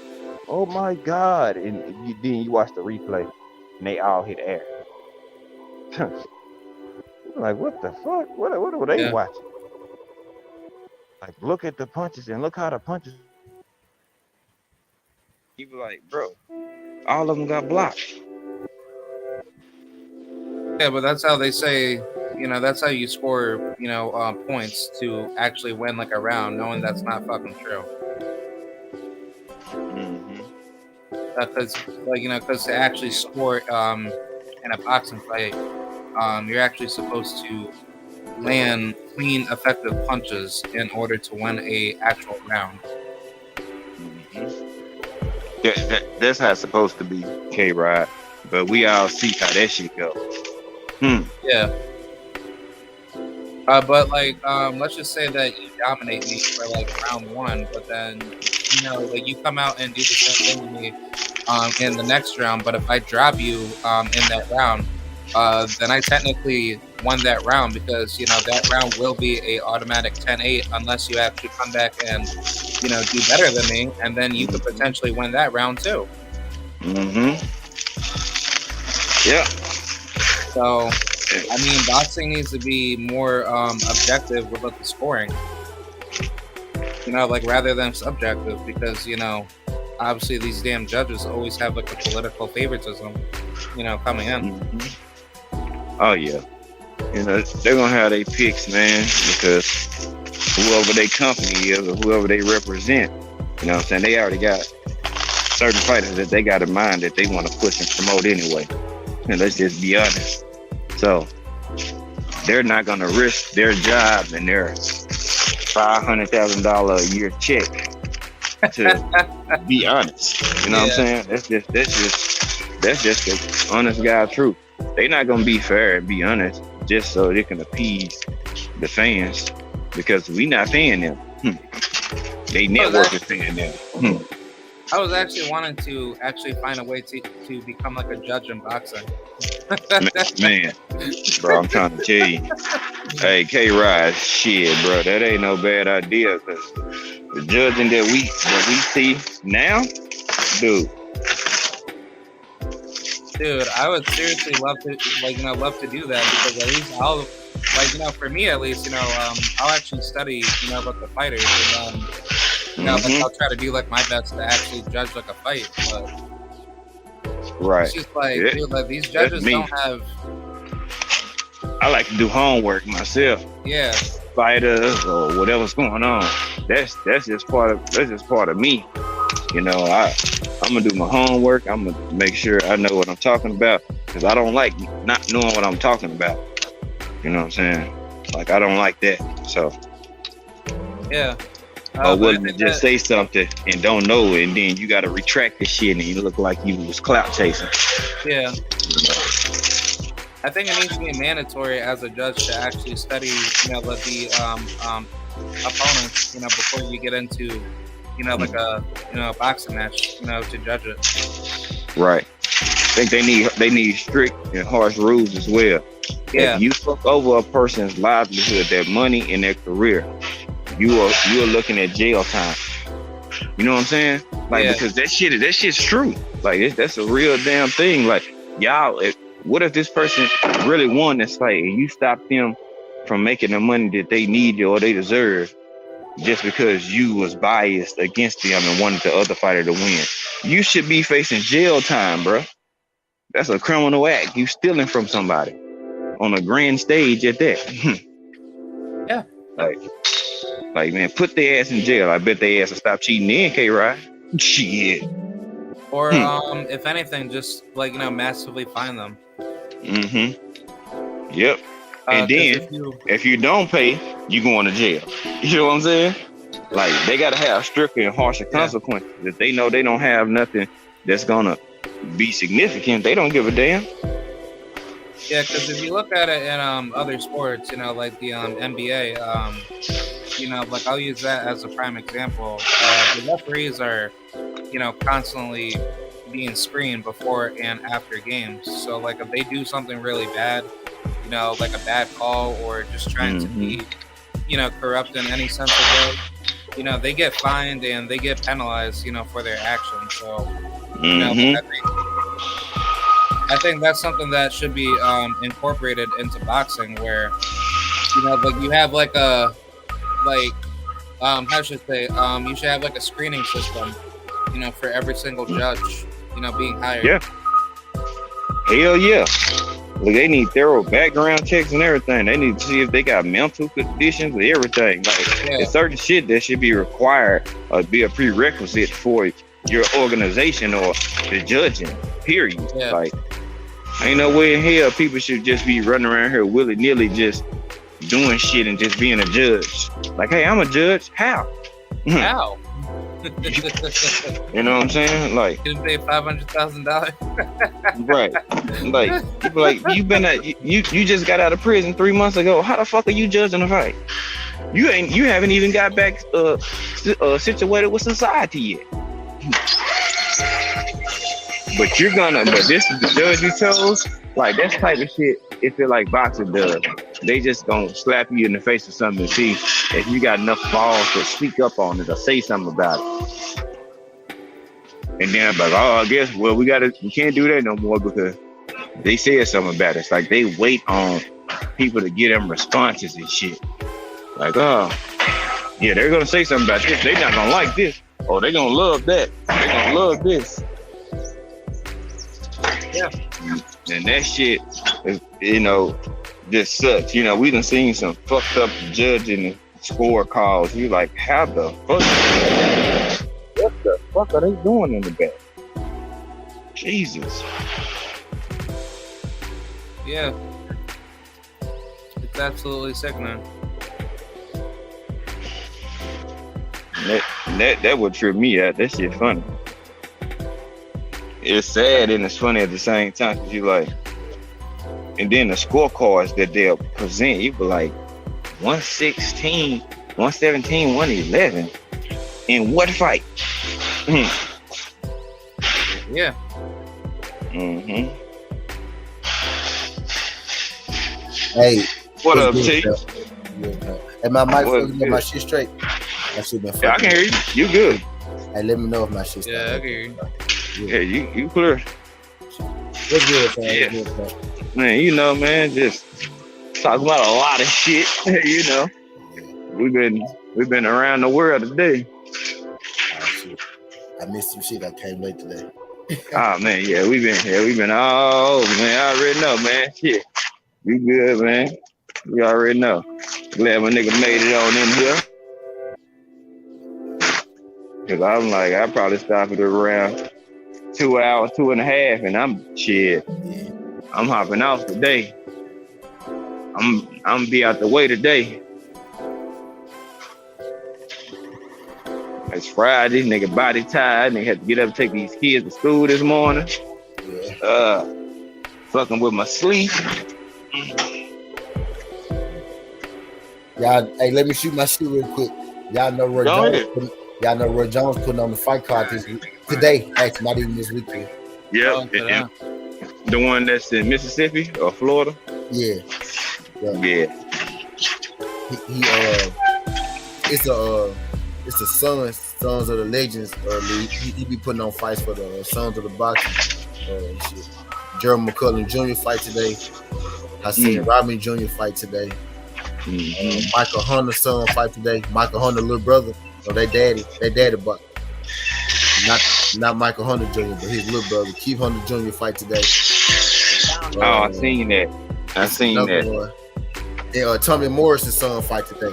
He got two sons that box. I don't know which one. Both of them fight today. My bad. Both of the Robbins fight today. Both the Morrisons. Huh? The Morrisons? I know he got two sons that box. No. The Robbins.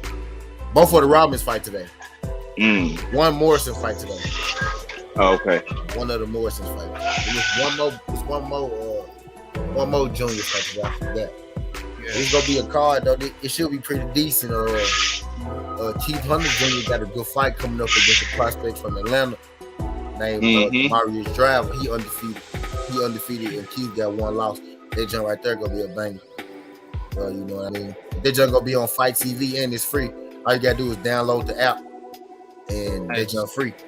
You can watch that jump on Fight TV. I think it started at 8:30 tonight, 9:30 tonight, depending on what time. I mean, depending on where you at, type shit. But 8:30, 9:30, or something like that, where Jones putting on the card. So that jump gonna be, that jump should be pretty goddamn good. What's good, Dwayne? That jump should be pretty. That jump should be all banger.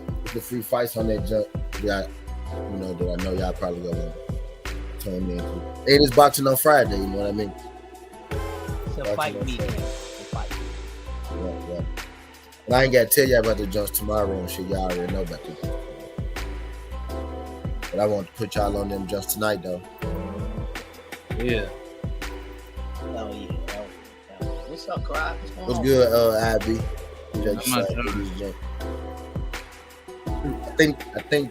I think the whole car started at 8:30. Shit might run late. I don't know if the prelims gonna be like at 5 or some shit like that, but I ain't sure. But just be on the lookout for that. This Roy Jones shit though.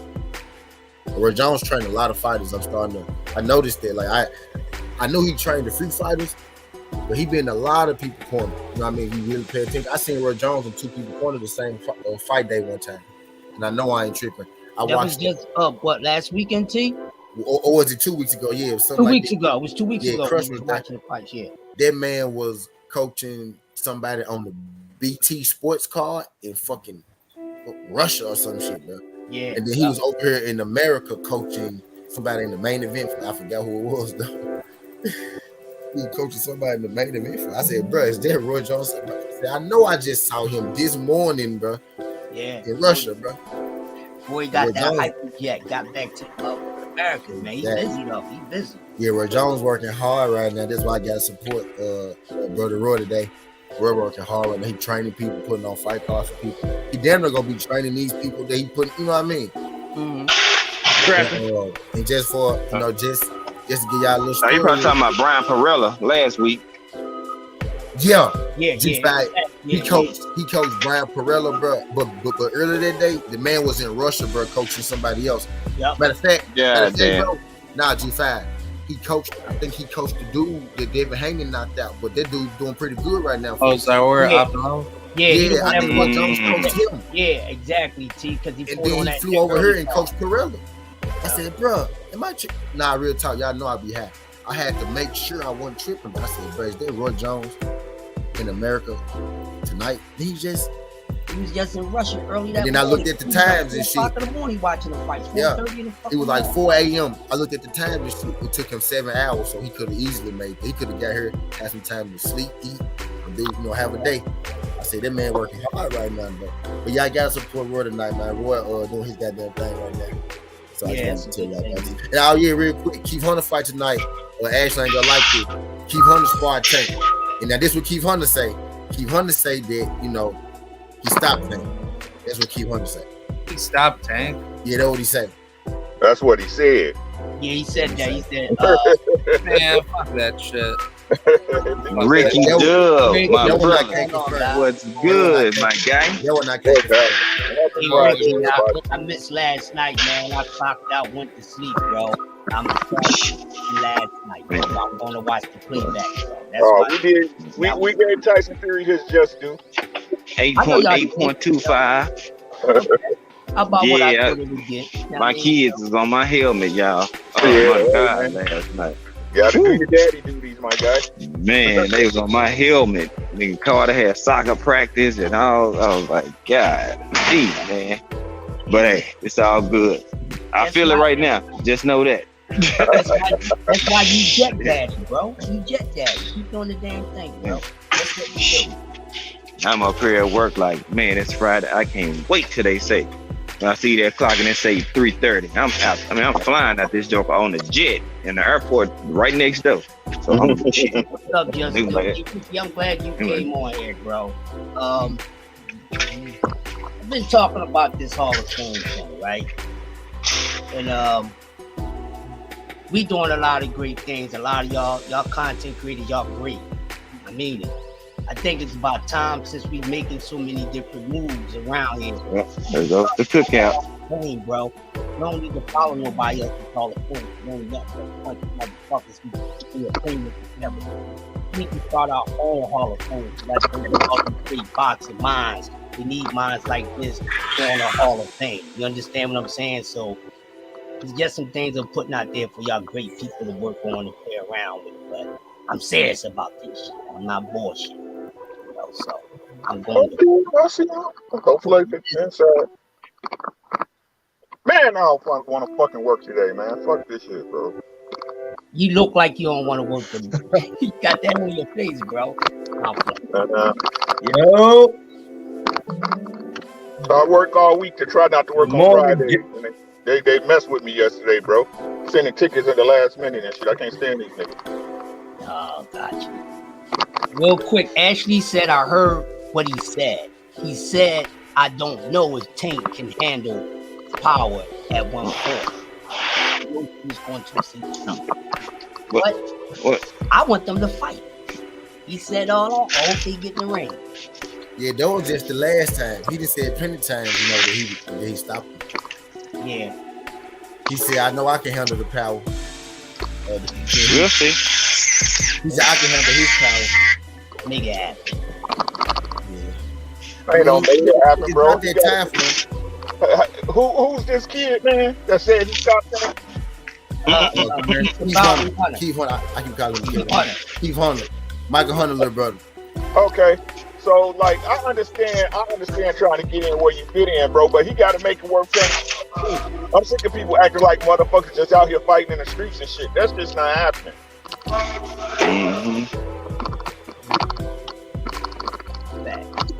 That's not happening. I mean, that's a tall order. You saying that you stop Tank Boy, that's a tall motherfucking order right there, brother. He Oh, said how old Floyd. is Tank? He 8, said 9 Floyd years was there old? too. Fuck out of here, man. I don't want to hear that He shit. said Floyd. He said Floyd was there too. Okay. I just said why nobody else said it. T. And that was on the I don't past. know, Ash. I Hey, know. highlight what I ain't Joe never. said. I ain't never. It ain't a, you know. I ain't never really heard nobody deny it either, though. You know.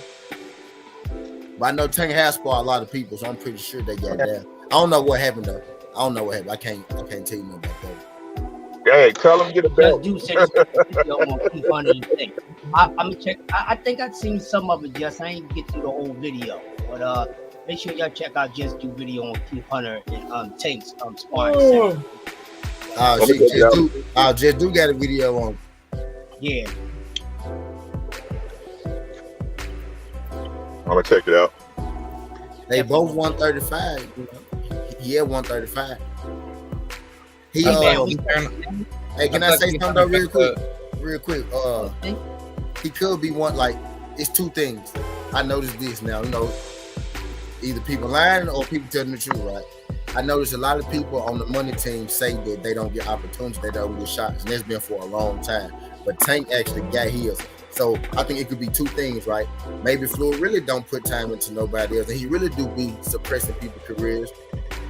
And maybe, you know, he did Tank a little better than we think compared to everybody else.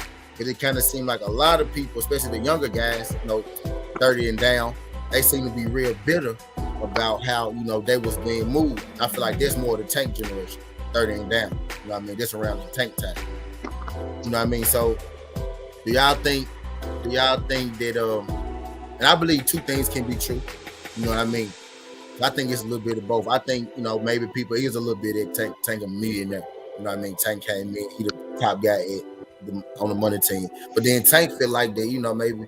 Well, actually, I ain't gonna say Tank feel like maybe they could have did better, because Tank actually denounced that he even asked for anything extra. He also said that he on the best team. So really, Tank ain't had nothing but good shit to say. So do you think that it's a jealousy thing with the people in the money team, or do you think Floyd really not putting nobody else on but Tank? Shit, it might be a little bit of both, bro, if you ask me. You know what I'm saying? If I can be honest about it, which I will be, I don't even know why I'll be asking y'all that. But the truth is, y'all got to remember, if we keep it a beam, Floyd's putting out a lot of money for fighters when they first came out, and if you're being honest about it, I mean, he was giving a lot of fighters shots, getting them championship runs, and they failed. So why? I mean, as a cautious businessman, shit, you ain't gonna be doing that shit for every goddamn fighter, bro. Especially after you get burnt 2, 3, 4 times. Fucking Jay Leon Love got multiple shots at the championship. Mickey Bay,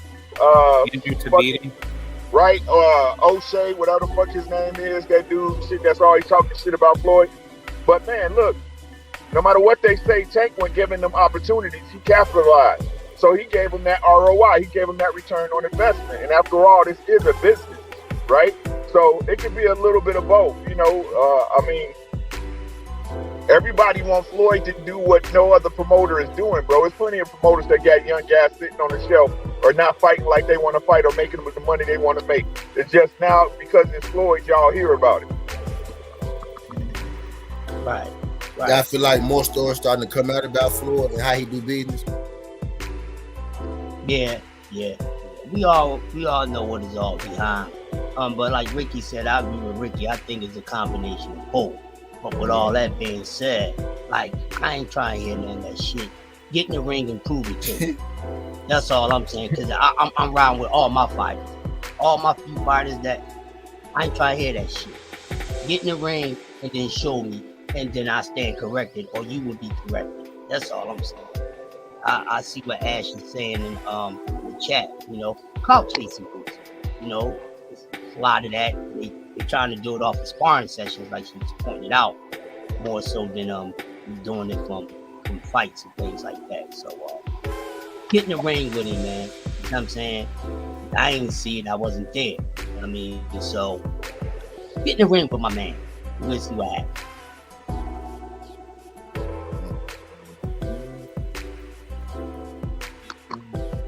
How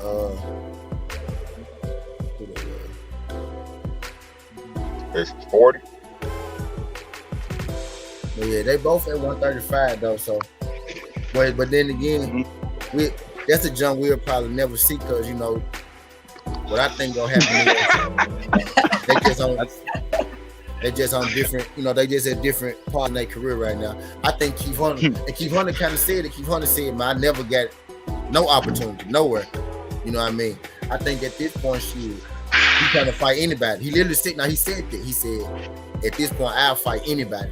He's like, "I'll fight anybody. I just want my opportunity." And I think he might have alluded to him not being with the money team no more. I think he with the Triller Squad with Mike, if I'm mistaken. I think he might have alluded to that one time. Right. He said, but now he said, "I want to get an opportunity early." He said, "But now I'm willing and ready to fight anybody anywhere." You know what I mean, you know, they say Triller shit, he can fight on any platform. Right. I'm like, damn. So he might not be with Floyd there no more. Yeah, Dwayne said, but if he's that good, why he not? Why you don't have a promotion? That's what I'm saying. They always try to look, man. Now he was with Showtime in Monday. I think this might be his first fight without them. I think his last fight was on BBC. Was on Top Rank. BBC. He was on PBC. So his last fight was with him. I think that was his last one. I think he might be with Triller now. So now he's gone. Now he's gone, and it's popping up out the woodwork, right? Now he been saying he beat Tanko for a minute. He been saying he beat him for a minute. Sure. He been saying that for a few years. Yeah, sure. Yeah, he says Tank been hot. I don't get why people act like promoters in boxing ain't in the business of making money. If you're a hot commodity, bro, they gonna put you in there to make money off you. Yep. So, which one is it? Which Ricky? You know what I'm saying? Your product, things and your product is gonna put you on the market. The last one is coming out T-Fat. Sad reality is some good fighters who are just not sellable. They don't sell. We see that. We see how some fighters that's out there now don't sell as much as others. So these guys who's not signed, even though they're at the bottom of the damn bucket today. So you can't go be blaming somebody else and try to clout chase. Yeah, you might be a good skill, but you might not be a great sell. And it's all about money at the end of the day, like Ricky said, and we all know this. Everybody that's chatting on the panel, you know. So therefore, you need to find another thing that attracts you to money. That's just it. You know, it's facts. Gotta do something different, bro. Man, they start betting on their motherfucking self, boy. Yeah, he fighting Demarius Drive. I know a lot of people might not know, but since everybody hate Keith Hunter now, so let's talk about his opponent a little bit. He got a fight tonight. Demarius Drive, boy from Atlanta, 25 years old, another prospect. He don't got a promotion coming either, but I'm not sure if Keith Hunter got him this fight on Triller, but he fought Juan Carlos Pena, before. The driver did, y'all know who that is, Pena. He fought Carlos Pena before. Undefeated dude. He fought Steve Mosley before too. Y'all know Steve Mosley, another little underground guy, circuit guy, prospect. Yeah. He fought him too. And he beat him. He beat both of them. Knocked out Pena in the first round. And he beat Steve Mosley by UD. So Keith Hunter fighting Demarius Driver Jr. He a counterpuncher as well. They basically, but okay. And Keith Hunter last fight, I saw the dude get up under Keith Hunter. You know what I mean? And he kind of hurt Keith a little bit. But Keith hit this boy and he split his shit, right? But he split his shit. He was like a delayed reaction to. You know what I'm saying? He split his shit. They kept fighting, and the dude kind of was getting Keith. But the referee had to stop the fight because his eye was bleeding. You know what I mean? And the bullshit, long story short, the bullshit was split, it was leaking, it won't stop. So they had to stop the fight. So what I'm saying is, and Keith, 14-0, 9 knockouts.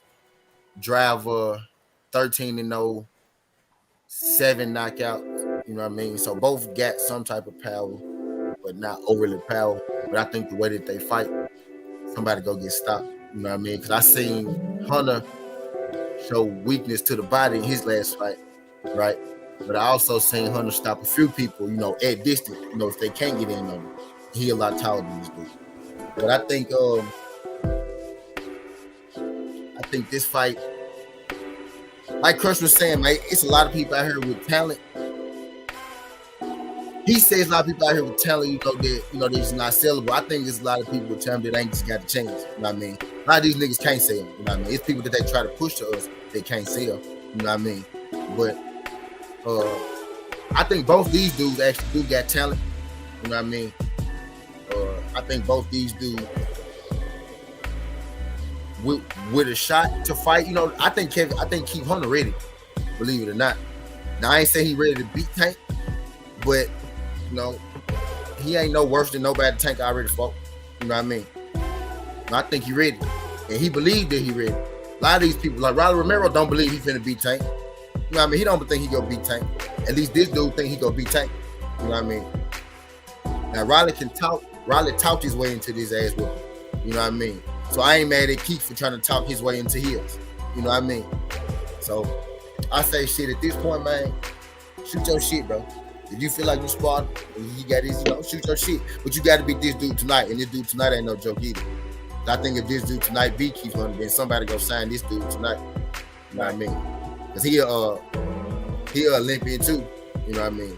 And he finding his stride. He didn't start off knocking out people early, but he finding his good stride.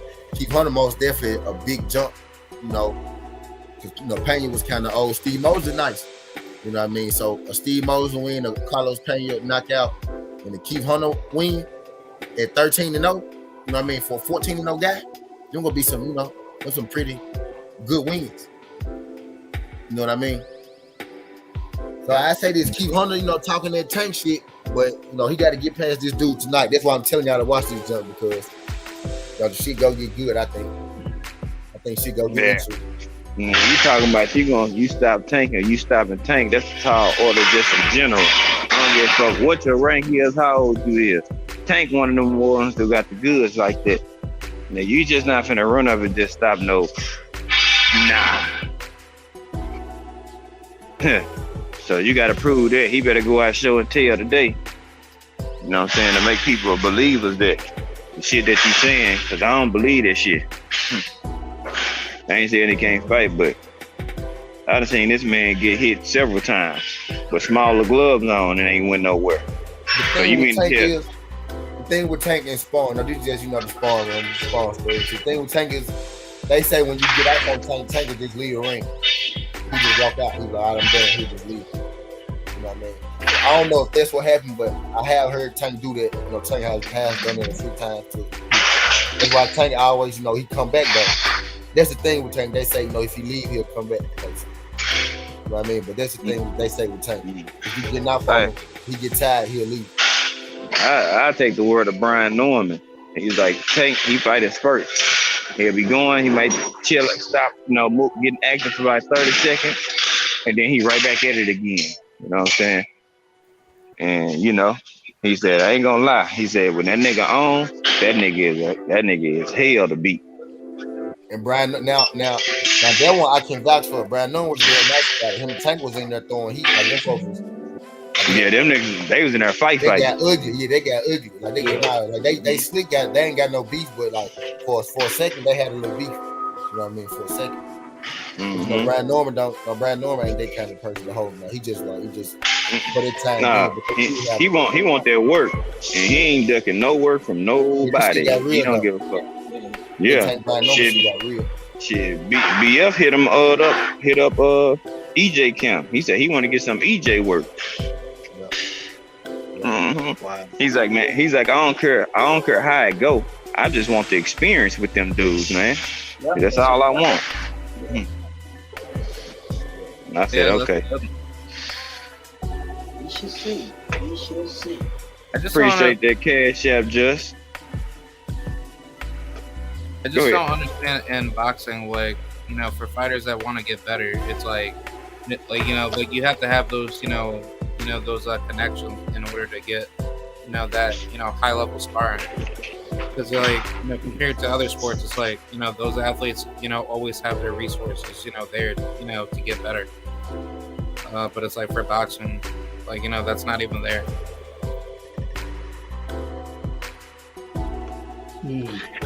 What's up, C man? What's going on with you?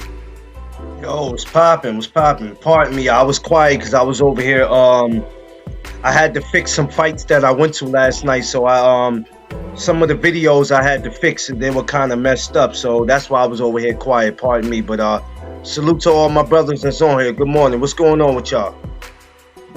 Doing good. I'm excited. Fight weekend, man. He just broke down the fights for the night. The Sons of Legends. Sound like it's gonna be good. I think all these guys gonna get in the ring and make some noise so they can get some more notoriety. And then we got some big fights going on tomorrow with Shakur Valdez, and of course with Serrano and Well, I'm gonna tell you like this in case nobody said it already. I went on I told you. I was on Ashley, no. Yeah, I was on Calvin Ford's podcast, and I told him this. I said Shakur wins by a death sentence. By murder. He wins by murder, man. I say anywhere between the 7th and 9th round, man. I know that sounds like a reach. It's not that I'm not giving Valdez no credit. I am, but let's just be real, man. Shakur is just something different, man, and I can't see it going the whole rounds, man. Anywhere between the 7th and 9th round is over. I said the same exact rounds, bro, between 7 and 9. Yeah. 7 to 9 is over, man. I think Shakur stops him in 4. Think he's stopped him sooner? Yeah. I got Shakur winning the clear UD. I think he gonna hurt him, but I don't think he gonna stop him if he stop him. As you know what I'm talking about, Brian Norman. She said she saw a video interview last year where Brian Norman wasn't so nice to him. Because they had a real beef for a second. Like, he was hectic for a second between Norman and Brian Norman. Brian Norman kept it real on BF. That's what I was saying. I was like, bro. I kept saying he kept it real. Because they used to have a real beef. You know what I mean? It was real. It was more tension there at first than it is now. You know what I mean? Brian Norman tank spawn session was vicious. That hoe was vicious. It was vicious. Real. But yeah, I was saying, what the fuck we was talking about? I asked me something before I just asked you. Yeah. Now the set, he just toned it down for this second interview. He just toned it down a little bit. He gave some credit. Man, what we were just talking about, y'all? Valdez and Shakur. Oh yeah. I said I got a UD. I can see Shakur. I can see Shakur stopping, but I think it'd be like a clutch thing or some shit like that. I don't think or like a TKO, but I think it's gonna go all 12. I think Shakur gonna beat him up for 12 rounds though. I think he gonna beat him up for 12 rounds. That's what I said. Man, he got scar tissues on that eye, man. Yeah. If he do get a stop, it's gonna be a TKO. Other than that, I got a MUD in it, and if it is a TKO, I got about a 10. You know what I'm saying? So, yeah, some shit like that. Yeah, that's just how I see it. You know what I'm saying? Either way, I don't give a fuck how he went. I just want to whoop his ass because getting stopped is kind of a cop out in certain times, in certain fights. You get your ass beat up for 12 rounds, that shit changed your mental on how you feel about your career. Ask Mikey Garcia. You know what I'm saying? You get your ass blasted for 12 rounds, and you tell me if you gonna feel like the same fighter, have the same momentum or conviction about boxing. That jump was tight, Ashley. I ain't gonna lie to you. I ain't gonna hold you, Ashley. That jump was tight. That Brian Norman sparring? Yeah, that jump was tight. Yeah, it was tight. Shit, Brian Norman was getting off on him. I ain't gonna lie to you, I do what I'm saying. He just toned it down. He toned it down with BF. But he got off on Brian Norman too. But you know what I'm saying?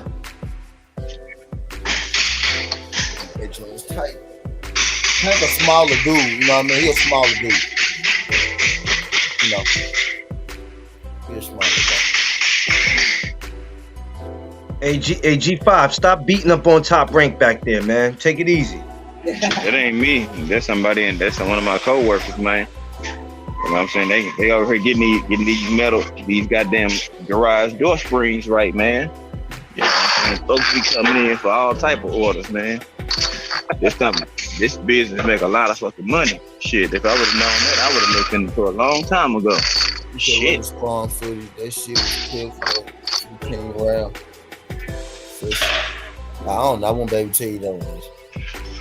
I won't be able to tell you. Tank spot the damn near everybody y'all can think of, though. Tank spot damn near everybody y'all can think of. Yeah. He gonna get his sparring in. If he don't do shit else, he gonna get that in. You know what I'm saying? Been there with Porter. Shit, he been there with a little bit of everybody. So, you know what I'm saying? He got experience. Brian Norman been there with Bud. You know what I'm saying? Now he wants some Earl work. You know what I'm saying? I fuck with this shit. Yeah, that's good. You know what I'm saying? Cause they ain't gonna do nothing but make him a better fighter. You know what I'm saying? Seeing different styles, seeing different, you know what I'm saying, people, how they, you know what I'm saying, how they get their shit off. It's gonna make Brian Norman a better fighter. And he young. He like 20 years old. Mm-hmm. And I already got 20, 21, 20 fights already. Some shit like that.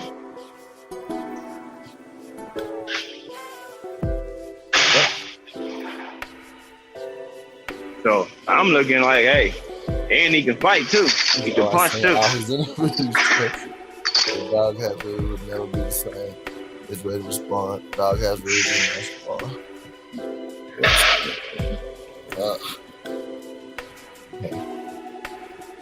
Yeah, it's a little different.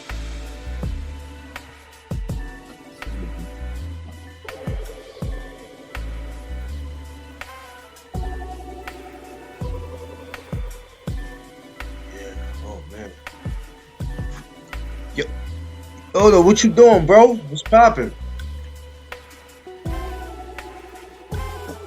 Man, tell him what Chris is over there doing, man. He said, You know, change. It needs to start changing. Nah, man, we got a great week, man. I'm not disappointed with what's going down this week. It's gonna be great. I'm still trying to recover from the fights I went to last night. I was tired. I got in late, so it's like, yo, I gotta get myself up. Mm-hmm. Boy. I think the undercard started at 4:45, right? For Roy Jones, up. Oh no! For the Taylor Serrano card. Yeah, something like that. Yeah, because that's what it said on my Ticketmaster. What are you talking about? You talking about the weigh-in? No, you talking about the Serrano Taylor undercard. Yeah, for the undercard. Oh, okay. You know, young K Roddy gonna be in that joint live in effect. Yeah, I'm getting ready. I'm actually I'm getting ready to go to the weigh-in. The weigh-in is at 1:00, so I'll be leaving in a couple hours to go. So yeah, the weigh-in is always gonna be something nice. Yeah, man. I never seen like a boxing weigh-in before. It's so much more exciting in person than it is when you watch it on TV, because you know you feel the energy. It's just totally different in there. But the weigh-ins is always cool. You just never know what's gonna happen at the weigh-ins, you know. But I'm not expecting nothing crazy to happen today. I'm expecting it to be a normal weigh-in, and it's gonna be an in and out thing. Yeah. I think Katie Taylor just looks like that. She's not really looking forward to this fight. No. There's something about the look on her face that doesn't convince me that she wants to be here. You know, sometimes you get put in positions as a fighter, and once you're in that position, you could talk all the shit you want, or you could stay silent. But I always read off of body reactions and how your face looks. And a lot of times fighters are in positions that they really don't want to be in. You got some who do want to be there, then you got the ones like, I don't really want to be here, but shit, I have no choice. This is what it is, and I gotta face the music. So that's what I get when I look at certain fighters. Yeah, I just don't think Katie's the same anymore. Like I think she's on the decline, and a lot of what the so-called fans are like trying to act like that she's this like ultimate badass, and I'm like, I don't see that. Like she got basically exposed by More like about stamina than skills. yeah. Well, I tell you what, a lot of her fans came across the pond. I was on Times Square last night. As I said, I was going to coming from an amateur fight, and I seen Katie Taylor had a lot of her people who came across the pond. They came to the city. I said, oh, okay, well, I don't. That's yeah. She had a couple people. I've seen them out in Times Square last night. They all had their little Katie Taylor shirts on. I'm like, well, I don't know what's that gonna do. That's not gonna help her win, but hey, best of luck to you. Yeah. Best of luck. I mean, even if like Amanda loses, like she at least gave it her best, but I don't see that coming from her because she's at a she's at the point of her career, like where she doesn't give up. So I think she's just gonna show that tomorrow.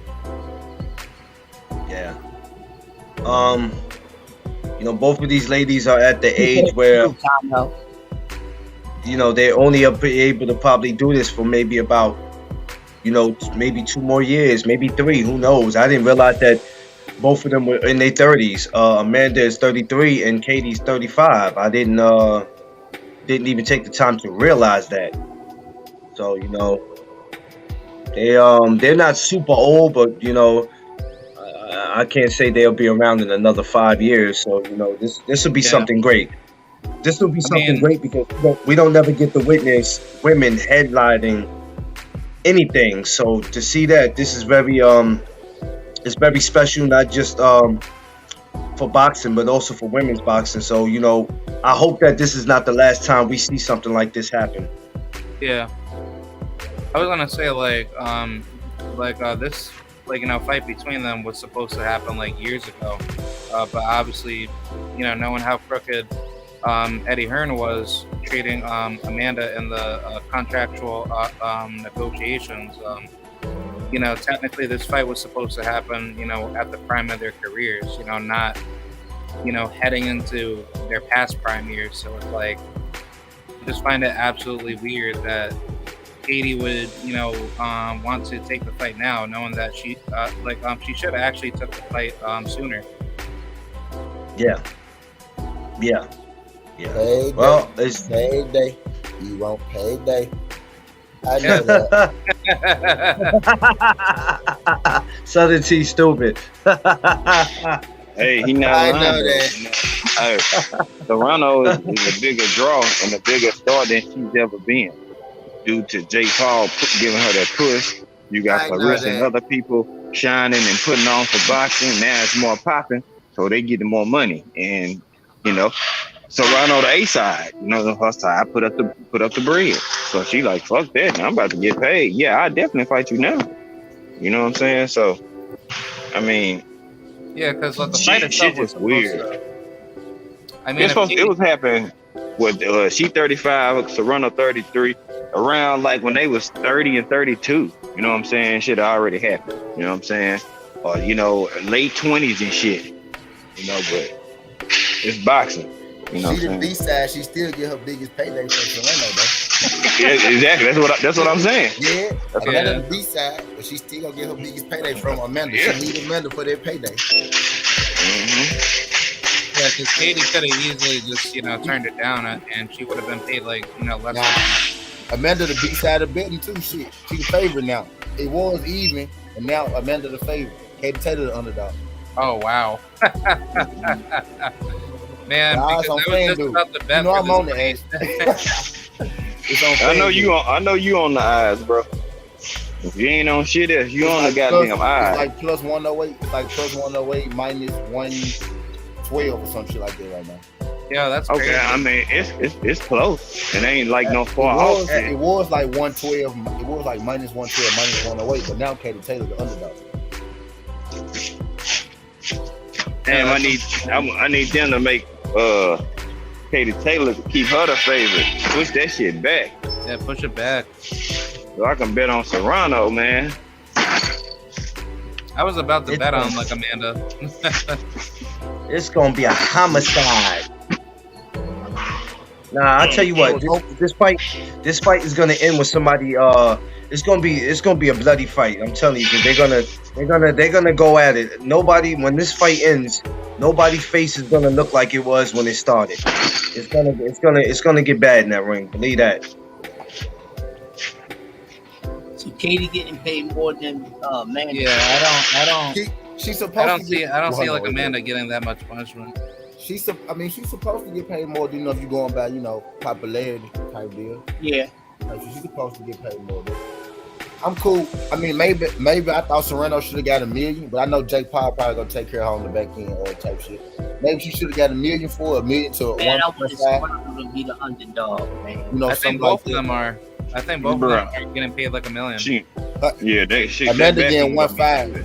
Amanda getting, not Amanda. Katie getting 1.5. Amanda getting $700K. Oh really? Oh wow. You ain't gotta worry about that. I guarantee you, she got a win bonus incentive from Jake Paul. Probably another $500K if she wins. Jake Paul always just throw her like a little extra little $500K on the back. You know what I'm saying? He like, hey, always do some shit. Don't worry about it. Or he might just say, hey, you got 700? All right, cool. I'm gonna give you another $1 million. You win. Don't even trip. She like, hey, Southern T. Why don't we headline something and me and you can fight at the Garden and let's see what Jake break us off. I'm down for it. They say what Earl say. If you my brother, you'll fight me. I'm with it. Shit, I'll fight. I put the gloves. I'll fight all you niggas, and we all get paid. Shit. Hey, G5, I'll fight you long as you promise not to shoot me after the fight. Oh hell, boy, you. I don't shoot people I fuck with, man. Nah. Hey, listen, I got morals about myself now. But if somebody's your brother, you definitely will get in there and make money with them. And not only that, you will help feed each other's family, man. That's what I don't get about these fighters today, man. Jake did bet her in $1 million, J.A. Dixon, so he probably gonna pay Serrano with that. He gonna pay Serrano with her money. And then fuck around and give her $500K out of his pocket. Man, I hope Amanda wins. Yo, what Smokey said on Friday? Let's jump him. He got money, man. Let's jump him, man. Yeah, let's jump him. Yeah, jump Jake Paul. Yeah, man. Let's jump him. He got money, man. Let's all jump him. I don't even think he's really committed. Kano said you and him could boss Clarence. Kano, let me tell you something. Before we do that, I will have to make a contract, and your lawyer will have to look at it, and my lawyer will have to look at it, because Kano, I don't trust you. And if we have the fight, it cannot be in Florida, because I know I'm not leaving in one piece. We will have to do this somewhere in Vegas. Well, I know I got a good chance of getting out of there. I ain't messing with Kano. Kano a different type of dude.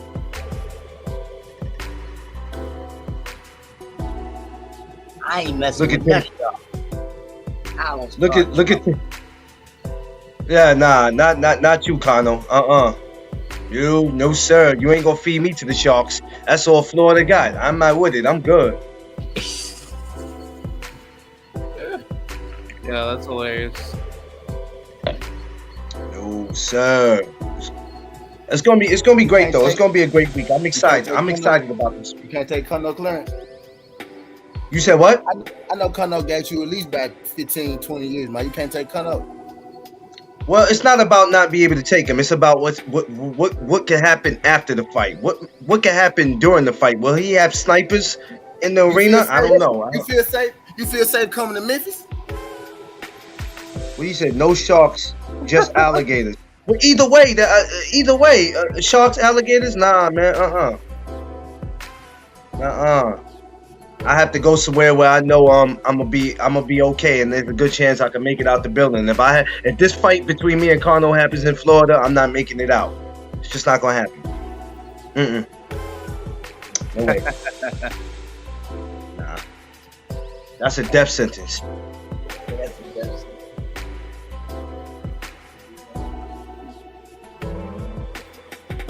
No Florida. Well, let me tell you, you ain't safe in Memphis either, Clarence. No, I'm not neither. So that's why I have to pick another. Yo, I already know about Memphis. I'm fucking with you. Hey, man, look, Memphis. That's another rough place, man. That's a rough place right there. What's going on? What's going on? D, what up, D? These days, Yo, what's up, Dwayne? places, man. Yo, D. What's going on, bro? Man, I'm ready for this weekend. You gotta wake up, D Freak. You gotta wake up, D Freak. I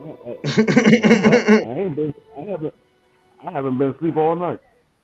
Well, that's what it is then. I'm up. I'm up and up. That's what it is then. You gotta go to sleep. I'm at the doctor. That's why you got that mask My on. wife.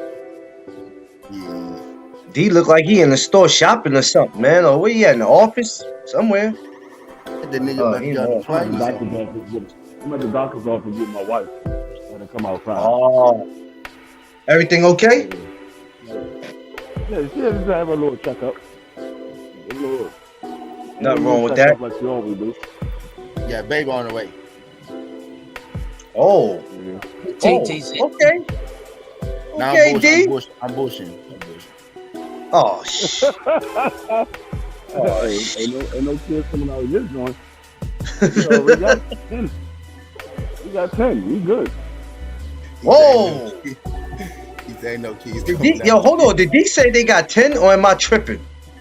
Good to the We got brothers. 10. Between the both of us is 10. I got 6. You got 4. Sheesh. Hey, you damn near got a basketball team. Or you add three more players. You add three more players to it. It's over.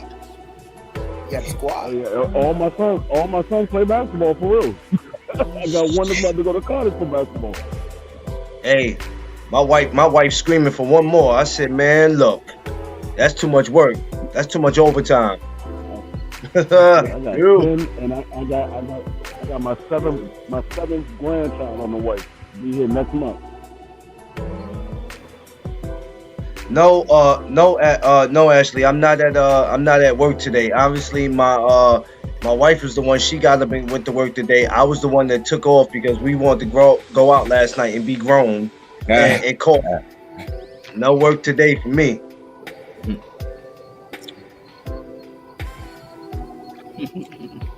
Salute to all the bros on the panel, man. Now y'all was good, man. How y'all feeling this morning, man? What's happening, homie? Yes, what up? Now, Connor, I was just saying, Connor, I needed Clarence to have some confidence in himself. He looked pretty spry over there. I was like, damn, Clarence, you just ain't gonna get yourself no.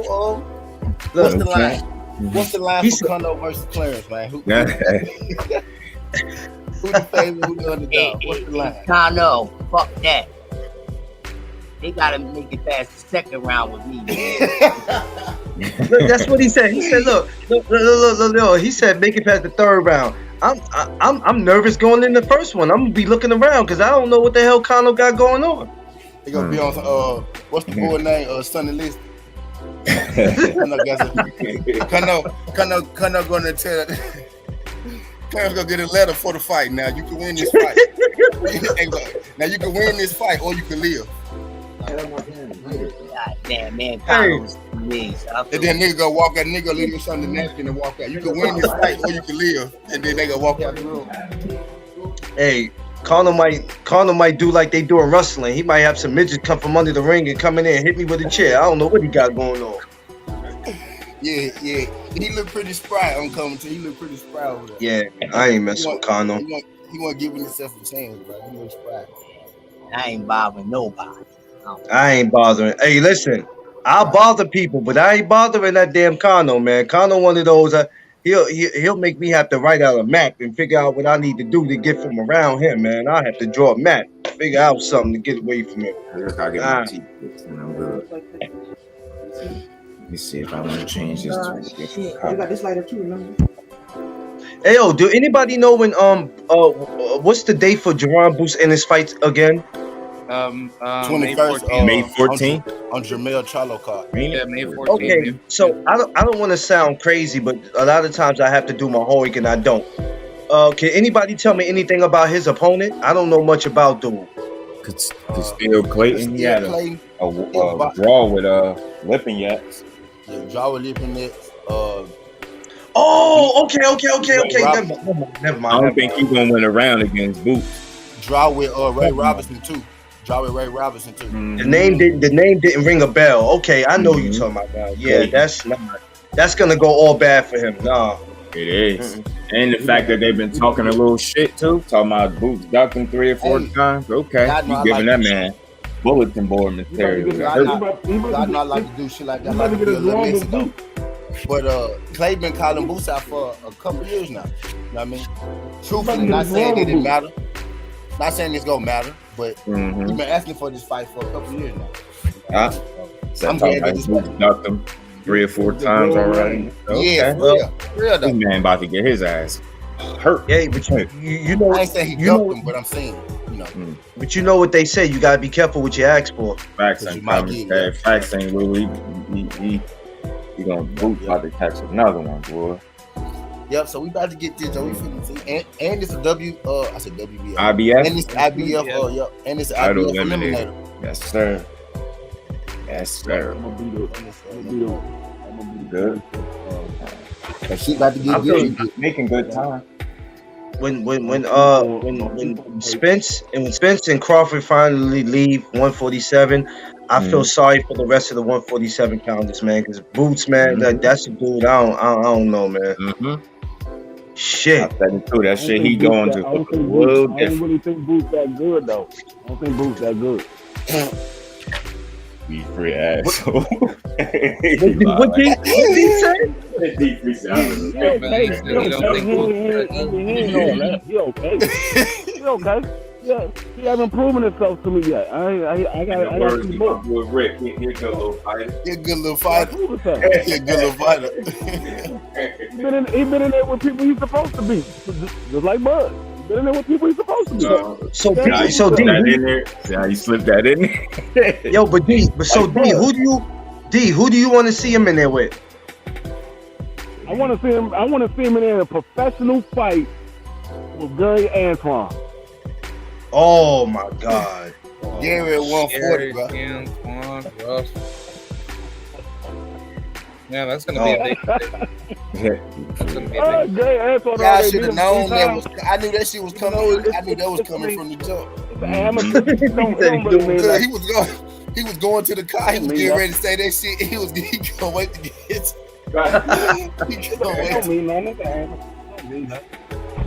He couldn't wait to get there. Amateurs don't mean nothing, right? I mean that's what I've been here. But then when it comes to other people, it means a lot. So I mean, which one is it? Yeah. Like Carissa Shields and Savannah Marshall, right? Yeah, we talking about you now. My next video is on the HGB get. From the eye Boots look like the goods, but I mean we don't really know until he's been tested. I see what you're doing, D3. I'm gonna get you. Nobody else don't get you. I'm gonna get you. I'm gonna let somebody else get you first. I'm gonna take somebody else. Ain't nobody get me. Hey, I know where you're going. I wasn't gonna say shit. I'm just like. What I'm trying to see if Clarence gonna get. Look like Clarence want to get him. Look like Clarence like he want to get him. But Yeah, you know what? You What see me, has I'm over here Boots shaking. been so I far want to get him, but it's to like, prove ugh, he's the man? yeah. I mean, Hey, literally, I what like have he that done point he so made. I far like that that proves amateur he's the point he man? made though. I like that amateur point he made. Like, he matter when it comes to certain fighters, but other certain fighters that don't. That's a good point though. I like that shit. Yeah. I like it. Yep, I said that That's earlier. all You know I'm what I'm saying? saying. People pick and choose, man. When the amateur matter, based on the fighter who they favor, or if they care for that fighter. His amateur career matter if it's somebody that they that they push. If you're not, then That's all I'm saying. they gonna say it don't matter because it was amateurs. You know what I'm saying? So, you know, it's one of those Don't give and matter, take but types. I'm gonna tell you like this: the amateurs don't matter, but to that fighter, it does matter because he knows deep down whether he can beat that person or not. Y'all know what it is? When the amateurs don't matter, but when you only got a certain number of losses, 1 loss, 2 losses, 3 losses, and they, you know, it's to the same person or to this particular, that matter in a sense, you know what I mean? That matter.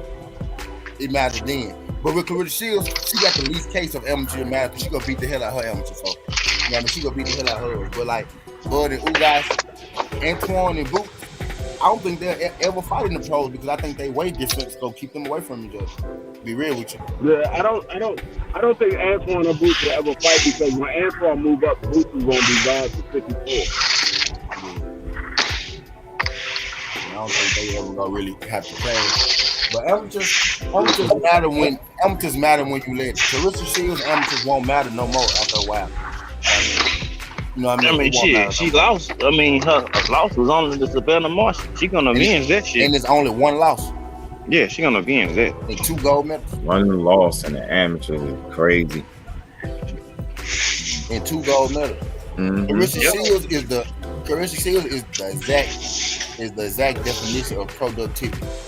All her amateur runs was competitive runs only in, you know, the like the Pan Games in the big Olympics, right? She went 77-1, some shit like that, 88-1, something like that.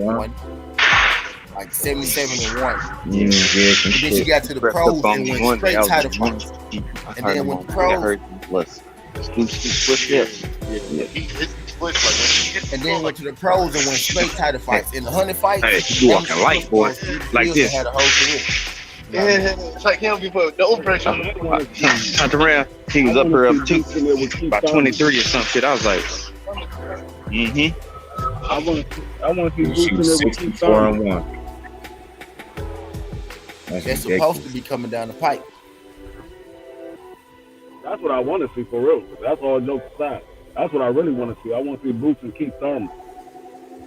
Yeah, I was gonna ask you about that. How y'all feel about that fight? Break that down. How does that fight go with Boots and Thurman? Keith Thurman had a chance to fight Boots Keith when he Thurman fought taking Barrios. that. When he fought Barrios, but he turned it down. I'm telling you, man. I think Boots gonna hurt that man. It could go. It could go one or two. It could go one or two ways. Either Boots stop Keith Thurman with a body shot, or Keith Thurman's gonna use his experience to stay away from Boots. For me, Well, it's like, yeah, it's like if you either way, oh I still yeah, see Boots winning. I know what I I see always Boots say. winning either way. If you ready to take a nap, go see Boots. If you having, anxiety, trouble sleeping at night, I mean, go ahead, sign that contract. In the ring, he gonna help you out. You know what I'm saying, if you need a good nap, go ahead and get yourself in there with Boots. You know what I'm saying, he'll help you out. I think he'll hurt Keith Thurman. This version of Keith Thurman, no, realistically, all jokes aside, this version of Keith Thurman, most he could do is probably take Boots about 6 rounds, if that, 6, 7 rounds, something like that. I just see him getting stopped because he missing a gear or two that he used to be able to get into. Like if you notice in his Barrios fight, the performance was solid, but the younger Keith Thurman, when he gets you hurt, he could finish the job. And with that fight, he was only able to hurt him and keep, he was hurting him throughout the fight, but he couldn't kick into that next gear to really get him out of there. And if he want to compete with the top tier 147 pounder, he definitely. A test for Boots. I see. That would be a I test see. for Boots as well, though, because if Boots Yeah, it'd get be hit cool. with a I shot see from the Keith fight. Thurman, how would Boots hold up? Mm-hmm. Keith I see Thurman the still got fight that going. power. I see the fight going two ways. He go hit him with a left hook or a right hook, and his ass go to sleep. So he either gonna hit him with a left hook and he gonna go to sleep, or he gonna hit his ass with a right hook and he gonna go to sleep. That's the way I see it. Oh, this might be the first time you actually see Keith One Thurman of get those. put down with a body shot. One of Is those. he already- I don't that think bo- it's gonna be the body, dog. I think Boots gonna hit his ass with an overhand right and keep Thurman ass. That you talking about that one he hit? That punch he Delorme threw with Delorme, right? Exactly. Man, he That's how I chopped see it. his ass. That's how I see it. Yeah. No, but Hey. I'm intrigued. I'm intrigued to see how Boots take a shot because I mean, yeah. I believe Keith I'm with Thurman's going to land a shot if they do fight. I believe Keith Thurman's going to land a shot on him. I just Mhm. want to see how Boots going to take it. They gonna Mhm. land the shot at the same time. The only difference is Boots junk gonna break Keith Thurman ass off. I mean, you can't sleep on Keith Thurman. Yeah, I think it'll serve him back Keith from Thurman gonna be a asleep, Dwayne. We from ain't a gonna- physical standpoint He to gonna get be another asleep. fight in. Maybe you get another fight in first. I don't know too much about that. I mean, Hey, I Keith think Thurman Boots ain't the will one. still beat him. Mhm. I don't think he's going to go to sleep. I think Keith Thurman will get stopped with a body shot before he get put to sleep. Mm. Hey, he's going to sleep. Oh, man. We go get what should have happened to Sean Porter happen to Keith Thurman when he fight Boots. Mhm. Ooh. Ooh. Wow. Damn. No, Phil, what about Boots? Yeah, I think he'd do Keith Thurman in right now. This version of him for Yeah, sure. it's like when this is clearly a coming out party for Boots if this fight happens. Oh yeah, for sure. And I think that What's going to happen? What would y'all say if Clayton beat Boots? Wow. that should be up there like a motherfucker, man. What can we compare that to? Man, Wow. Like a We can Vernon compare that Forrest to versus Shane Mosley. That was my first one that came to my mind, K-Rod. But Valdez beating Shakur. that was veterans though. That'd be on the same level as Valdez beating Shakur. Huh? I said if Clayton beats Boots, it will be on the same level as It'd be a Valdez little, beating it'd Shakur. actually be a step down because Valdez, more decorated. You know what I mean? I don't. But you gotta look at it. You got- Clayton and Boots got the is better pretty wings. much the Yeah, I same feel you. same feel same this caliber of fighters. Yeah. Neither one of them fought for a title. In that sense, it makes I give you a chance comparing the two to each other, like both Shakur and Valdez champions, Boots and Clayton. Nah, I get what you're saying, like comparing the two to each other. Yeah. I get what you're saying, but still though, there's still something that ain't happened before. Like I'm trying to what level Clayton and Boots like. I'm trying to think like what's. Like what's something throughout Vernon Forrest and Sugar Shane seemed like both of them was victorious at that time. But that was the first one that came to my head though, K-Rod. That's the first one. I think Yeah. Boots might get the knockout, but I mean, I don't know. I mean, like I said, I don't know if he can take a shot. I don't know yet.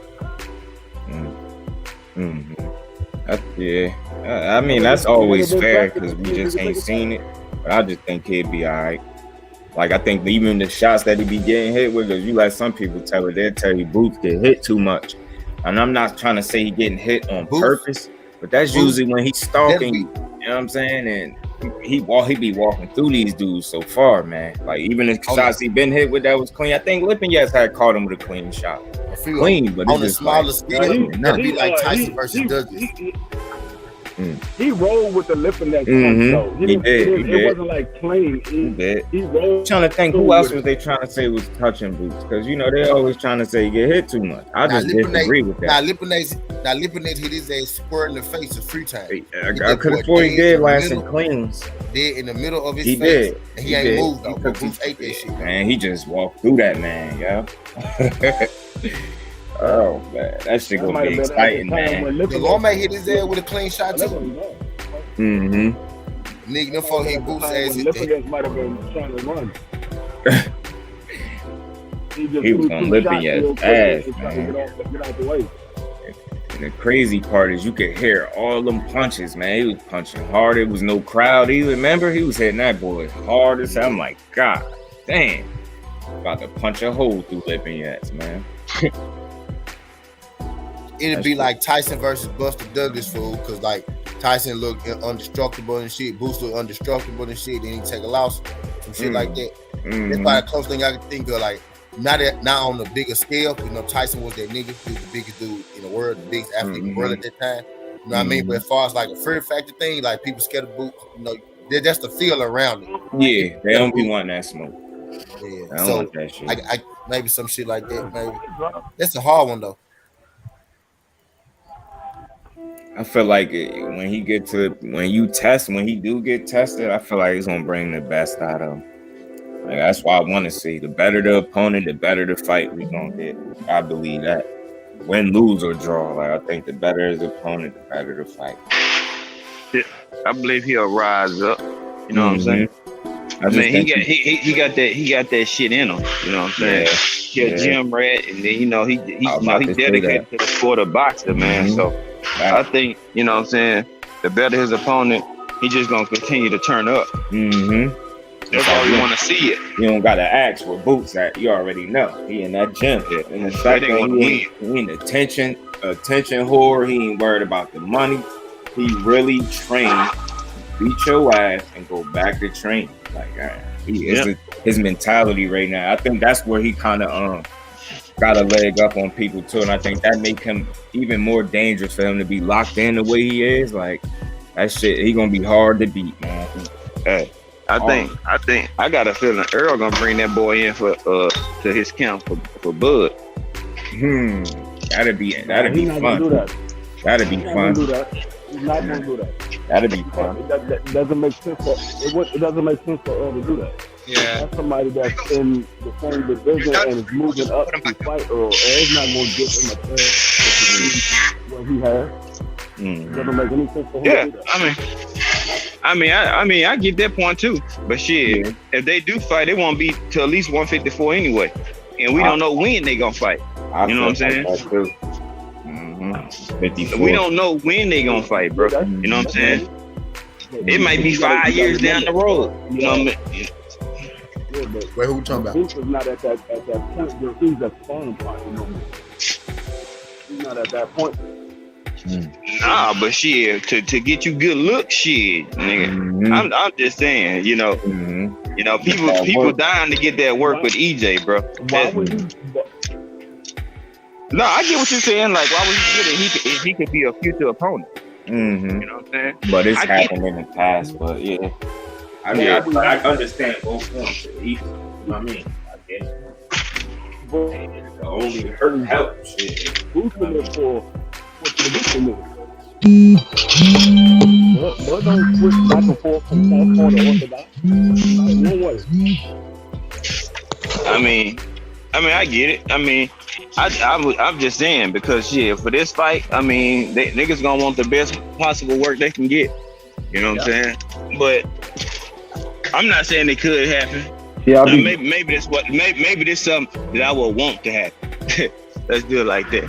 I would want him to happen there because I think that'll be some good ass work, and you know what I'm saying. I think that should have had both of them niggas turn. No cap. Yeah, I mean, it would be nice if it could happen. I just don't think it will ever happen. Yeah, I'm not saying it will, but I wouldn't mind seeing that. You know what I'm saying? Yeah, I wouldn't mind either. I would love for it to happen if it could happen. Okay. I just think at this point in their careers, it would never happen. Yeah, I mean, I can see it not happening. I just like, man, this fight's so big and I'm so tired of motherfuckers. I'm like, here, bring out dogs in for this motherfucker. Shit all these bitches up. If this fight would have happened a couple of years ago, he probably would have did it. This fight would have happened like maybe 3-4 years ago. I could see him bringing Boots in then because Boots wasn't on the radar.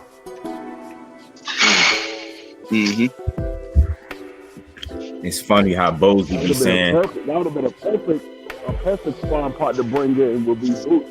At that time, Bud was still young and he was still switching from southpaw to orthodox and back and forth. Now he don't do that no more. So I mean, let people tell it they're really using that as a factor in the fight. I think that'd be a mistake from a strategy standpoint. If he goes southpaw against Earl, I really keep saying that to people. Maybe I'm wrong, but you go southpaw against the natural southpaw, I think that's a mistake. Strategy wise, you start getting fucked up. But he's a southpaw fighter. That's what he is.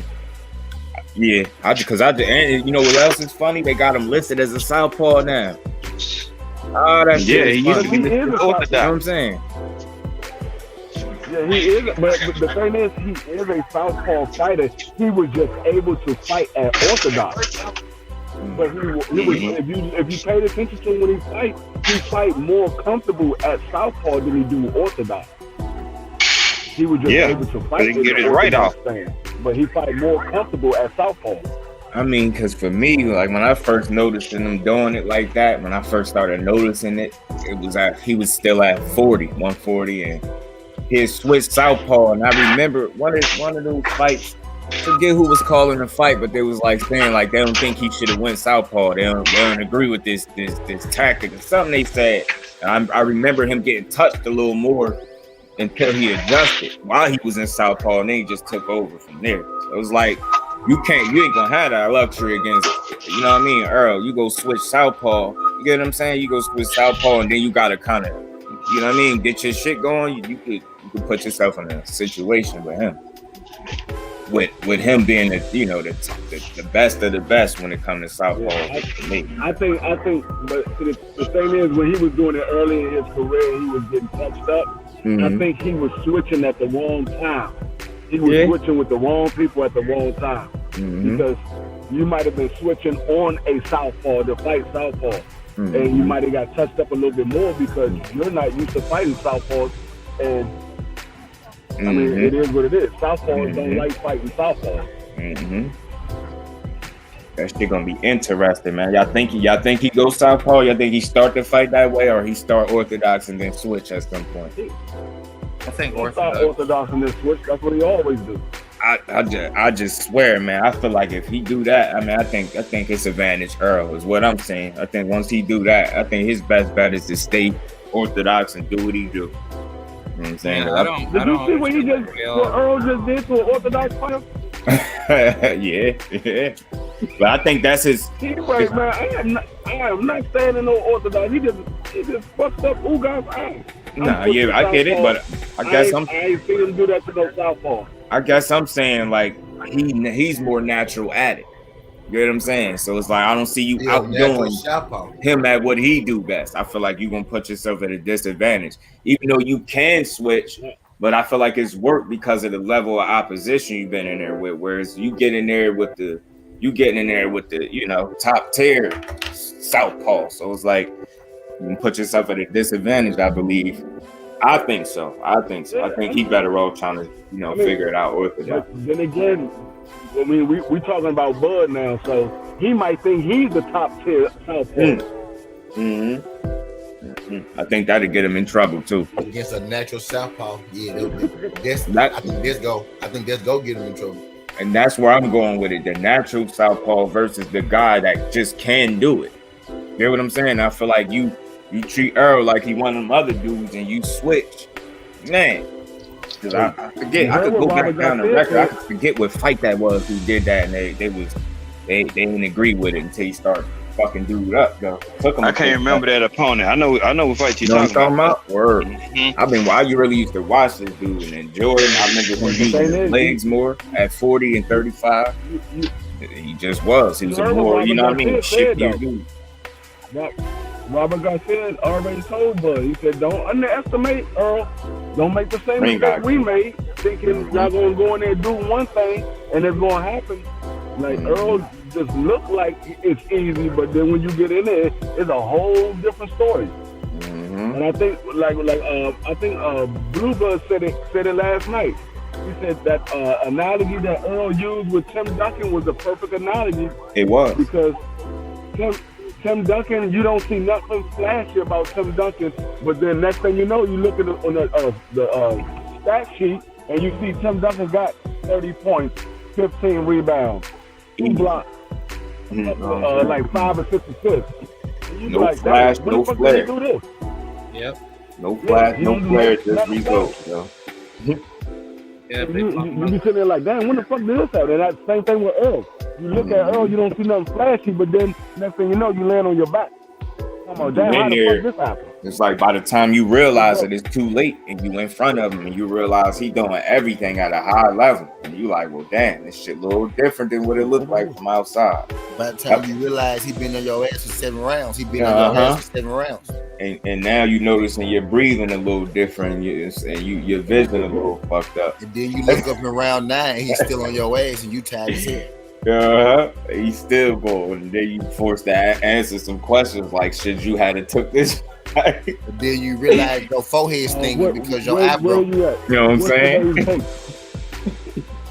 Yes, what's today's date? And you can't breathe because now your reel's fucked up. You know what I'm saying? And next thing you know, you walking out the ring without that belt. And you wonder why the whole right side of your face, dog, because your eye been closed for 3 rounds already, and you ain't even know.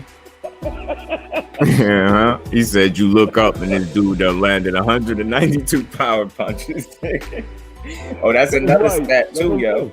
People got to factor that in there. We just going off of what typically happens when a fighter is able to land 50% of his power shots. What usually happens, fellas? It's usually a knockout or TKO. Either or, you usually don't make it to the end of the fight getting hit. And now you gonna let Earl hit you with 50%? Good luck, bro. I don't give a fuck who you is. Good luck. 50% of his power shots. Then you wondering why your eye like that and your ribs hurt. Motherfucker, you done let the wrong dude wail on you. Man, did he treat him like a punching bag for a minute? The heavy bag. Shit, he was fucking him up. I'm about to go back and watch. Just to watch this shit. Highlights, man. That man landed 50%, man. I'm like, shit, you can't do nothing when he doing that. And that's the thing, he's accurate on top of that. He don't waste punches and he's accurate. That's the reason why they're trying to say he's a steroid, because they don't realize that they don't see nothing flashing. They're trying to figure out how he's doing all this stuff. They don't realize he's landing 50% of his power punches. That's why he's doing it. Being disciplined, and it's hard to knock him off his game plan. That's what I'm saying. You just don't see it. And it ain't just because he undefeated. I'm just saying in terms of how these fights are won. You know what I'm saying? The only time you really seen him fight somebody is when he told you he was going to do it. And because of that, the fight ended up being closer. But in hindsight, I think it's even more impressive to fight somebody for a 12-round duration at what they do great and still beat them at it. You know what I'm saying? You ain't give them spots where you did it. No, you pretty much said, fuck it, this is how we fight, and this is how you come in. All right, I ain't backing down. You know what I'm saying? I still beat you and you're in the best shape of your life. That's what makes the win impressive. Never mind it being close. Of course, you know what I'm saying? If I fight you for 12 fucking rounds at what you do best, you better be able to, you know what I'm saying? You better be able to compete. Charge it up overnight. Exactly. People don't know Earl got the highest connect percentage on power punches. I don't know if you just said they just do it or not. Yeah, nah, I was just saying the 50% he landed against Ugas. Yeah, he got the like average in general, not just that fight. He got the most in general for welterweight. That's what I'm saying. Cause he landed 50% against Ugas, and that's why I said that's why they were trying to bring up this steroid situation. But I'm like, his average you land is 50% of your power punches. You land 50% of your power punches on somebody, they're going to end up looking like that, especially when majority of them is going to the ribs and the face. That's what they're going to look like. Then you factor in the fact that this man made them changes that just benefited him greatly. I can't stress that enough, man. Like he made the right changes, and you caught a healthy ass Errol Spence. Like, man, that was the worst thing you could have did was let him allow him to land 50 punches. 50% of his power shots. But you didn't let him. But you know what I mean? That's why a lot of people started to change their tune. That's why a lot of people started to change their tune on Clip. Swim at your own risk. This motherfucker Fatal came out sharks from attack. Wisconsin and beat Shark the shit out of attack Danny common in this Garcia. area. He In fact, came back from LP. Wisconsin and beat the shit out of Danny Garcia. He just came back from a torn iron record and stopped Ugas, something that nobody's ever did. This man, it's ridiculous. And that's why Bob Earl came out and said, I don't think Bud can keep up with that pace that Earl Spencer's putting out there. You know, he like, I don't think Bud can keep up with it. Hey, He ain't the first person to say that was rooting for Bud at one time. right. A legit stoppage. You know what I'm saying? After a layoff. Come on now. He threw 800 punches Ain't nobody in 10 throwing the rounds. towel in. 800 in 10 rounds? Now nobody told me. They went to the doctor. The doctor was like, "You cannot see." And like I said, I went back and watched that fight a couple of times. And when me and Tony had that debate the other day, I went back and looked at it again. This man in the 10th round could not see. It was nothing he could see out of that eye.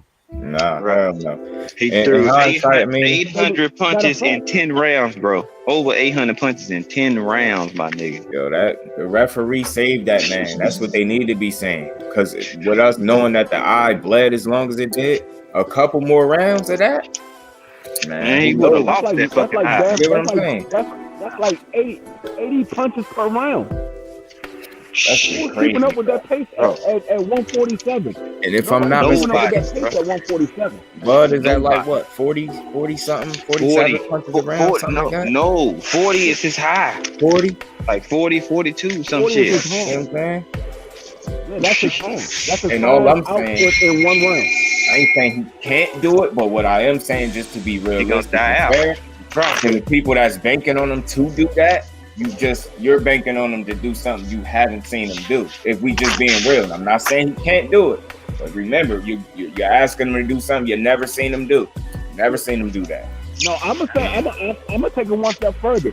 I'm gonna say he can do it, but for how long can he do it? Yeah, gas out. Yeah, That's not his I ain't For counting him how out. long can he do it? And can he sustain it? You know what I'm saying? We all know Big Fish. That's what normal he for do. EJ. It's normal for him. This a walk in the park. Nigga throwing 70, 80 punches around. Like, nigga, that's normal. You know what I'm saying? He's like, you know, you asked earlier, like, nigga, I do this shit in my sleep. And the fact that he set it up behind the jab and them shits be stinging you over and over, and then he just worked from there. It's just a consistency with his attack, and it is overlooked. I'm telling you, that jab shit is real, man. That's what we watch Hagler, bro. That's what we watch Hagler, man. Shit, that's one of his favorite fighters, Marvin Hagler. That jab is so important. His shit hurt. You can't tell him. He know how to double it and triple it up. Like I know y'all was at the fight. Now I know y'all seen that point where Ugas was like trying to push him off him, and Earl jumped right back on him, threw some jabs in his face. I'm like, yo, this dude cannot breathe. He ain't letting him. That's all Ugas could do. It was nothing else he could do but push him over. Yo, for real, he was damn, what's on this man? What's on your heart? 2-3 more coming back at him. Every time Ugas threw one punch, Earl was throwing like 2 or 3 right back at him. I swear he was, man. All he could do was push him back to get some air. Get some breathing room. Like, it wasn't nothing else he could do. He was trying to breathe, man. I'm telling you. It's different when you in that joint. You can't breathe. He was pushing so much that we was in the motherfucking crowd talking about, damn, rep, you gonna say something about the pushing? That's how much he was pushing his ass. Yeah, because I remember saying that, yelling out loud, yelling at the motherfucking TV. Damn, y'all gonna keep letting him push him? He was on his ass though. He threw them jabs right back in his face. I said, this dude, he understand the assignment. He know he trying to get a breather, and he is not letting him. Man, that's the thing. Earl don't let up. He don't let up. He don't give you no time to breathe. In St. Louis said every time you ain't got no time. got to the point where every time EJ touched Ugas, he'd look up at Earl like, what the fuck, and start backpedaling. That's what I'm saying. He was looking like, yo, what's on this dude's mind? Like, what's your problem? It got to a point, like, for a second, he forgot it was a fight. Like, damn, why this dude on my ass like that? Fuck. And see, that's the thing. And he said, Dixon said Bud want to try to counter his jab early. That's the thing that Ugas tried. Ugas tried to counter Spence jab. It didn't work. It worked for like 2 rounds, and then Spence said, "Fuck it." He made an adjustment and was like, "Bro, you can't fuck with me." and literally mashed the gas and was like, "Goodbye." Gone 60 seconds on your ass. You know what I'm saying? Once he made up his mind, even Danny Garcia tried. Garcia tried to counter his jab. Danny Garcia couldn't do shit with it. He was like, "Man, what's the first thing he said in that poke fight?" He was like, "Man, I couldn't get away from that jab, man. It was the jab, the jab, man." What he say? We can't make this up. He said he's 3 times stronger than all the rest of the other welterweights. This came out their mouth. He's like, he don't move. You can't move him. He's like, he's strong and he's hard to move. I'm like, he not going nowhere, bro. Like, I don't know what they expecting, but bro, this nigga's not going nowhere. Like, you gonna have to take his legs off to get this man away from you, bro. And ain't nobody got no guillotine axe in the motherfucking boxing ring. So kiss my ass. Commentary is him, please. And what people don't realize is when you getting hit by punches and you pushing off and you steady getting hit, that shit takes a toll on you because you gotta push off on a motherfucker that's strong as shit. So you wanna use some of your strength trying to push them off as well as you taking shots while you pushing off. That just takes a toll on your ass. And then once you done extending your arm, you trying to push somebody while you trying to push him, he's hitting you all in your stomach and shit, in your ribs. Man. While you pushing, that shit hurts. You're not gonna do that shit for so long. That's why Ugas couldn't do nothing but ball up. That's all he could do. Especially when he caught him with that hook that's froze him up, that shocked him. That shit seemed like it sent some shockwaves down his body. Shit hit him, he crunched up a little bit. I was like, I know that shit hurt. I know it do. And he just shelled up, and I'm like, bro, really going? And he hit him with an uppercut that gave him a delayed fuck up. He hit him, and then that nigga took a step back and was like, "Oh my God, what the fuck was that shit?" And then crouched down like, you know what I'm saying? I was like, "Oh." It's like he surrendered for a minute in there and just said, "Fuck it, let me see if I can take it." I said that shit a couple of times when I was watching the fight. I was like, "Oh my God, they're gonna stop it right now." But credit to Ugas, that nigga take a tough as fuck, man. Tough as hell, man. You got my respect forever. You stood there and took that shit for 10 rounds. And I wanted to bump some shit to all you dumbass motherfuckers who talking about he just stood there. No, EJ made the man stand there. God damn it! Yeah. Look how active Ugas was in the first 3 rounds. Earl made adjustments. This is what y'all don't want to give credit for, making adjustments, because y'all don't want to give him credit. That man was hitting that man in the hip bone. Y'all can't get your real. I'm hit you in the hip bone. I'm gonna make it harder for you to move. So now, once the fight get a little bit further on down the line, I can get to them ribs. Now you don't know whether to cover your hip bone, your ribs, or cover your face. Something's gonna be open. Yeah. And now he just picking his shots. I heard somebody say on another channel. I think it was Southern T channel. They was like, "How the hell CJ made him stop moving? You can't make him stop moving."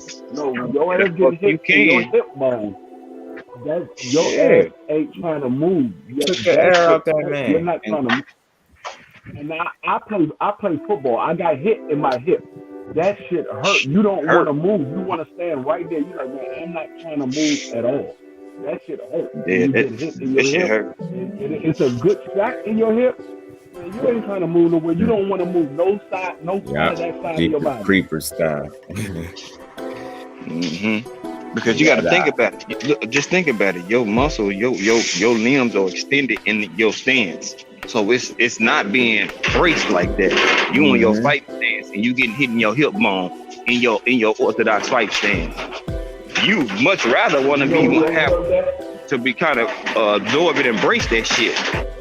Shit, man, you stand in front of. You know who else does that? You know who else that hits people in their hip bone? Canelo Alvarez. Yeah, I already know. Right in his hip bone. I already know. I already know. Mike Johnny used to do that too. He hit him everywhere. Because he gonna make you have to pick. Or you gonna fight me, or you gonna let me just beat the fuck out of you. You pick, and whichever one you choose, I'm gonna counter based off this shit. You know what I'm saying? It's just they sleep on him. And Canelo smart as shit in the ring. You ain't gotta like him, but he definitely got some IQ, yo. That motherfucker smart, bro. You know what I'm saying? But that's how you why you think he praised Earl? That be sitting here talking. A lot of these people that be sitting here talking, you could tell they never been in a boxing match or they never been hit like that, because if you ever been in a boxing match or you ever been hit like that, you know the pain that fighter is feeling because you felt it before. You know what the fuck they feeling. And you know exactly the reason why they acting the way they acting, because you've been in that situation. That's why I be sitting there. I'm like, y'all sitting there saying all this shit. I can tell y'all never been in a boxing match before, or y'all never played professional sports, because you know when something on you is hurting, how the fuck you gonna react? I done played sports ever since I was 6 years old. I've always been a professional. I always been in sports since I was 6 years old. But like I said, and I also box. And I know when you get hit to the ribs and you get hit in your hip, you're not trying to move. Especially if you take a good shot to your rib cage, you are not trying to move. You want to stand right there, because for one, you can't breathe the same way you was breathing before you took that shot. So all that air just came up out of you, and now your ribs is hurting. You ain't trying to move. You ain't trying to move when your ribs is hurting. And you gotta think he getting it on both sides. Walking back to your corner, ginger is a motherfucker. You like, man, this motherfucker fucked me up. You ever heard Zab Judah explain when what was it, Mickey Ward? Caught him with that liver shot or whatever it was, and he said he knew about it before he got in a fight with him, so he knew to kind of prepare for it. But he said, going to fight, he caught him with one of them motherfuckers. He said he got back to the corner like, yo, stop the fight. He was like, yeah, stop the fight. He's like, I can't breathe. Something he was telling him like that shit hurt. He was like, you fight him. What do you mean fight him? He said he was begging his dad to stop the fight. He explained, like, you could tell in the round when he hit him, he said he got on his bike. Like, fuck that, man. That shit hurt like a motherfucker. With Mickey Ward, that was his money shot, and he caught him clean. So he was in the corner begging his dad to stop the fight. Like, man, stop this shit. Now think about that. That shit you don't know. Like, we don't know that watching that fight, or when you went back and watched the fight. You know what I mean? But it was dope to hear him explain that, and he still won. He made it up out of that shit. He was ready to quit. That his dad was like, I don't care, fight him anyway. Like, they trying that shit. Bro, I don't care, fight him. He was like, I can't. He was on his ass. Man, folks gotta realize Earl break people will. When you see Earl beating on people for after a couple rounds, look at the fighter in the corner. Don't they look depleted, bro? Bro, they will to believe they can withstand this shit is gone. Look at Danny Garcia face in the corner. Look at Lamont Peterson face in the corner. Look at everybody. Look at everybody that he started being on. These motherfuckers look sick as hell in the corner. Like, they want to tell their corner, like, man, I can't get away from this motherfucker, bro. I can't get away from him. Yeah, he mentally break people, He break people's spirits in the ring. You really tell you. Have people just hurting, bro. Like even just say your power, you got your power at 80. And not 100, but it's 80, because it's hard enough to where you can fuck them up, but you're not finna swing for the fences and gas yourself out. Bro, if you a nigga hitting you at 80% power for 10 straight rounds, bro, that's gonna fuck you up. Oh God, it's gonna fuck you up. Especially if he got good punch placement too. Oh, that's the one of the worst parts. That's probably one of his best attributes. He got good punch placement. So he just not went well in the swinging for the fences. That means he is educated punches. So them hoes gonna hurt because he's timed that bitch and bam, stick that bitch. Bam, stick that bitch again. Bam, stick it another one. 2 to the rib, 1 to the sternum, 1 to the face, 2 to the ribs. You like, bro, you not. What's on your mind, bro? Who got us looking at that dude? That nigga trying to go on demon time, bro. Yeah. And right now, that's why I keep saying people, bro. If they was gonna fight, or you should have got him before he rebirthed his career, bro.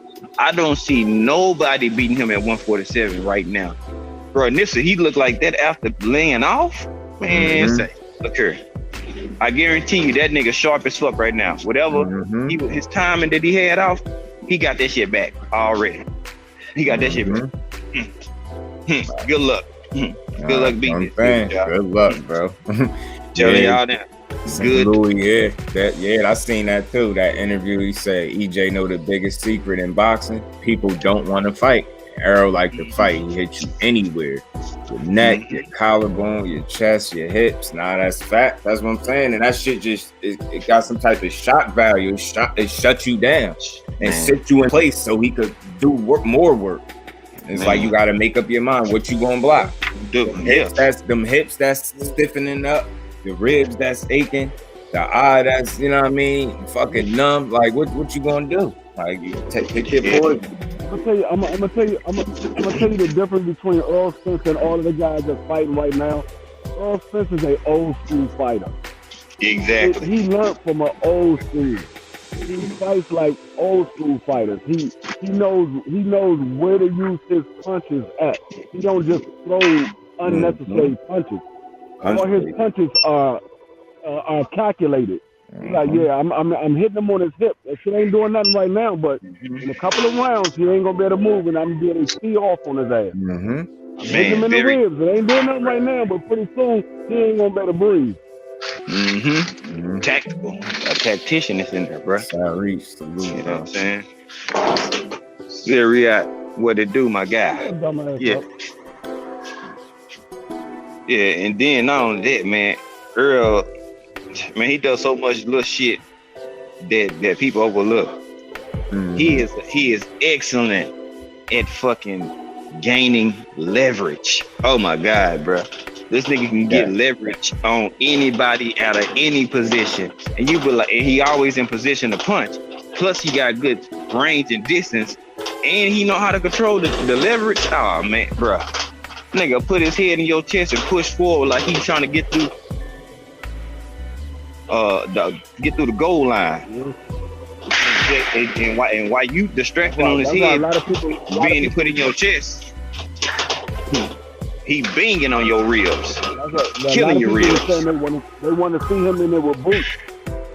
Everybody keeps saying they want to see him in there with boots. I said I don't want to see him in there with boots because Boots is not ready for Earl right now. Boots gonna get in there with Earl, and Earl will fuck up his career. Earl will fuck his career up. Boots ain't ready for a fighter like Earl, not yet. Now, maybe in a couple of years he might be ready for it. He's not ready for Earl yet. I don't see it happening. Oh wait, why not? I think he's ready for him. I'm telling you, he's not.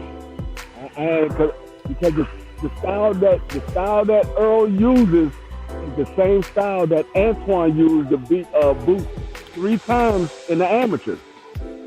Oh, okay. So maybe that type of style needs to be worked on. Pressure Boots. Yeah. Antoine pressure Boots. And Boots wasn't able to get off the punches like he wants to. That style is not good for Boots. As I say, he might be ready for Earl later on. He's not ready for Earl right now. He hasn't been in there with the caliber of an Earl Spence fighter. Now, I take my hat off to the guy. He want to get in there, but he ain't ready. I think it's better to see it now rather than later, because if he fights, EJ later, then EJ's not going to be, at his peak anymore. So like, I think it's just better just to see like where that measuring stick is. That's all. He needs to be in there with. He needs to be in there with a brawler and a couple of level fighters. Like right now, the fighters that he's been in there with, they're nowhere near the level of Earl Spence. He hasn't been put in that. The same thing like Bud. Bud hasn't been put in that situation to where he got to pull the shit out of his ass to pull out this fight.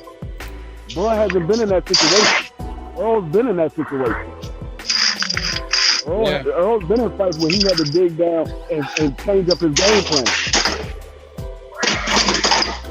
So he had to make them take his game plan. Yeah, I agree. Yeah. The fights that Boots been in, the fights Boots been in, it's been easy. You can look at the fights. You can say, okay, these motherfuckers didn't belong in the ring with Boots. The same thing like we saw with Bud up until he fought Sean Porter. Like, these motherfuckers didn't belong in the ring with Bud. I mean, like, my fight schedule that I would give for Duran Ennis would be like Imanta Stanionis, and then go up to Butayev, and then I'd probably say Keith Thurman, and then, you know, like I say at that point, you know, he'll already become, you know, like a world champion, but like feed him to like those, you know, high level fighters. Yeah. I mean, I feel like this. If they want to get in there, get your ass in there. I ain't telling nobody they can't get in there. They ain't ready. If you want to get in there and you want to test the waters, then go ahead. You're gonna find out that shit ain't as. They gonna see that shit ain't as easy as it look. And TV don't do Earl Spence justice. D-Free, you know, y'all know in person. In person, that nigga look like he like a machine in there, bro. He'll take a punch and he'll just keep coming, bruh. And then you'll hear him hit him with some shit. The fighters after they fought Earl, they never been the same after they fought Earl. None of those fighters ever been the same. Never been the same. Yeah. He out here changing careers, man. And that boy beat Mikey into a whole nother fighter. This man ain't half the fighter he was, bro. Look at Danny Garcia. Danny Garcia, he ain't even thinking about another fight right now. Yeah, look how long it took. He gonna win. Yeah, look how long it took for Sean Porter to come back and fight for Miller. Shit, he took a year out too. Shit, like, man, this one. We already know Sean Porter said he was thinking about retiring after the Earl Spence. We already know that. Mm-hmm. I mean, like I said, Danny Garcia, he said he was moving to 54. We ain't heard him try to make a fight at 54 yet. It's been over a year since he fought Earl. He's been out the ring longer than Earl been, because Earl went back and fought just a couple of weeks ago. Danny hasn't fought since. Yeah, Danny hasn't fought for Danny he did have a fracture orbital bone. His orbital bone was fractured, but I mean, he could have came back. Destroyed him by now. Oh yeah, he killed that man Will, man. That's why I said he break your spirit, not just in that fight, but in future fights as well. Like, damn, I let one person do this to me. Like, damn, am I still cut out for this shit? And it make people think and question whether they still want to box. That's when, you know, you get your ass beat. When it make you question your career. That's an ass whooping. Right, that's what I'm about to say. When them niggas make you have a career moment and you rethink your career, you know you've been in there with ass whooping. Mm-hmm. And that shit wasn't nice. You gotta rethink your career. Mm-hmm. I think Danny don't know if he want to be a boxer or if he want to be a comedian. Or a rapper, or be a real estate agent or whatever, because he got a lot of real estate and property, but shit, he got money outside of boxing, and he made some good money in boxing, so shit, he like fucking. I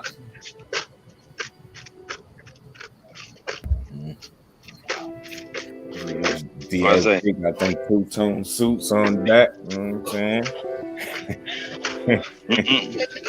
Yep. Then ain't no telling, he probably got a hand in his sister's music career, them twins. Facts. No, he got his real estate going. Real estate, business, other business. His money, I like Danny. Yeah. Now he ain't done. Mm-hmm. And then outside the ring, he's solid. Yeah, and he's solid dude. I just don't think he good for 54 though. No, I don't even think Bud should be going to 54. I think Bud should. Bro, I don't think you. I think you kind of stretching it. especially you'll be 35 going into 54. My thing is, if you had to grow into 47, you're gonna have to grow into 54 too, right? Mm-hmm. You got all those Bud Dick writers that want to say, "Oh, well, Bud, like he can, beat up guys like Jamel, man." Like, no, the fuck he can't. Shut up. Because Bud, you gonna hit Jamel with all the shit you got, and you gonna be like, this motherfucker ain't going nowhere. And see that's what people banking on. Like, bruh, the prime Kell Brook, I think he punched harder than fucking Bud. Yeah, they might not like that, but the Kell Brook that EJ fought, I think he punched harder than Bud. Know what I'm saying? EJ was some shit. So, you know what I'm saying? And Earl could just take that shit and he know how to absorb punches. You know what I'm saying? Whether it be to the body, he roll and parry a lot of punches and catch them motherfuckers. It's like, when people like, he kept getting hit in the first few rounds, what happened after that? You know what I'm saying? What happened after that? Because we're going to use the same equation they used for Bud. Oh, Bud got dropped. He got dropped. But what happened after that? Don't they always tell us that? What happened after that? Keep that same energy. Okay. Ugas, he got a few rounds in, but what happened after that? I'm going to use the same shit you Bud Dick Riders use when y'all refer to fucking Bud. Yeah, he might be losing the fight, but what happened after that? That's they coin phrase. Yeah, but what happened after that? That's all they say. So we gonna apply that same shit when it comes to Earl. Oh yeah, well it was close, but what happened after that? Didn't he win? That's all y'all jump to. He got the stoppage. He got the win. I just can't wait till Crawford gets knocked the fuck out by EJ. It's just like, honestly, at the end of the day, all these Bud Dick Riders think that Crawford's like this ultimate, badass beating up on guys that, like, we already knew that they weren't even at their skill level to beat him. But it's like, if you really think about it, he's just been fighting like a bunch of C-level opposition, and guys that are just past their prime. So it's like, he was like strategically ducking and avoiding certain opposition, so that way he could take the least amount of, vigilant resistance and tough fights. So that way, he doesn't have to do all heavy lifting, and then he just basically leaves it up to, fighters like, Errol Spence. And then, he's just gonna basically dick around till he, either ends up leaving, the division, or, he'll, end up fighting him. And then, if he loses, then at least he has something to, get some money off of it. So. Yeah, and like I say, man, iron sharpens iron, and it does matter about your level of competition. Who you been in there with, and were you able to dig deep, face adversity, and come out on top. That shit matters, and it will matter, because when you on a person that's equal as talented as you are, you gonna need to have been tested and pushed to that point. You know what I'm saying? Bud ain't had to dig deep to win a fight. No. You know what I'm saying? I'm talking about really face adversity where he was hurt, he was down a couple rounds on the scorecard, and he had to go do that shit. He done been down. When have you heard Derrick James say, Earl, you down on the scorecard? Never. You haven't. Even in the Sean Porter fight. Because that fight was not close as people think it was. That's why I just shake my head. Y'all don't know what y'all looking at when it comes to boxing, man. That was a clear 9-3, 8-4 at worst. 8-4 at the worst, if anything. Yeah. But you let folks tell it. Oh no, Bud do this, Bud do that. I'm telling you, they think he can part the Red Sea. They can walk on water, man. They literally think that man can walk on water and do the unthinkable. I'm like, don't y'all know that he's getting older? You know what I'm saying? Most people's prime ends around 34, 35. You know what I'm saying? For some people, you know what I'm saying, they just able to define their prime or extend their prime. And I think they might not like it, but I think Earl gonna be kind of like Mayweather, where they can just keep fighting for a while. Because he beating the fuck out of people. And Power's the last thing to go anyway. That's just my analysis of what I think and I see. You know what I'm saying? But man, we've been on here 3 hours 35 minutes, man. Get ready to shut this joint on down, dog. Right. Get to some more work, man. I know, dog. Appreciate you guys pulling up, man. We ain't gonna hold the line too much longer. Y'all can go ahead and K-Rod Storage, you can get your last words, and you know, we'll kick this joint back off tomorrow sometime. Alrighty. Shit. Because I might go 7 days this week, man. I might, yeah, they gonna be like, that nigga done went live every day this week. You goddamn right. Yep, you on the road. We rocking with you. Go ahead, K-Rod. Yeah, look, I just want to say thank you for having me on. Y'all can find me over at KRod7425. I make a whole variety of content, sports and gaming content, most like that primarily. But you guys can find me over there or at my Instagram at Kieran Rodriguez 6. And I believe that's about it. I'll try to go live for the Taylor Serrano, fight card if I'm able to. And I'll be there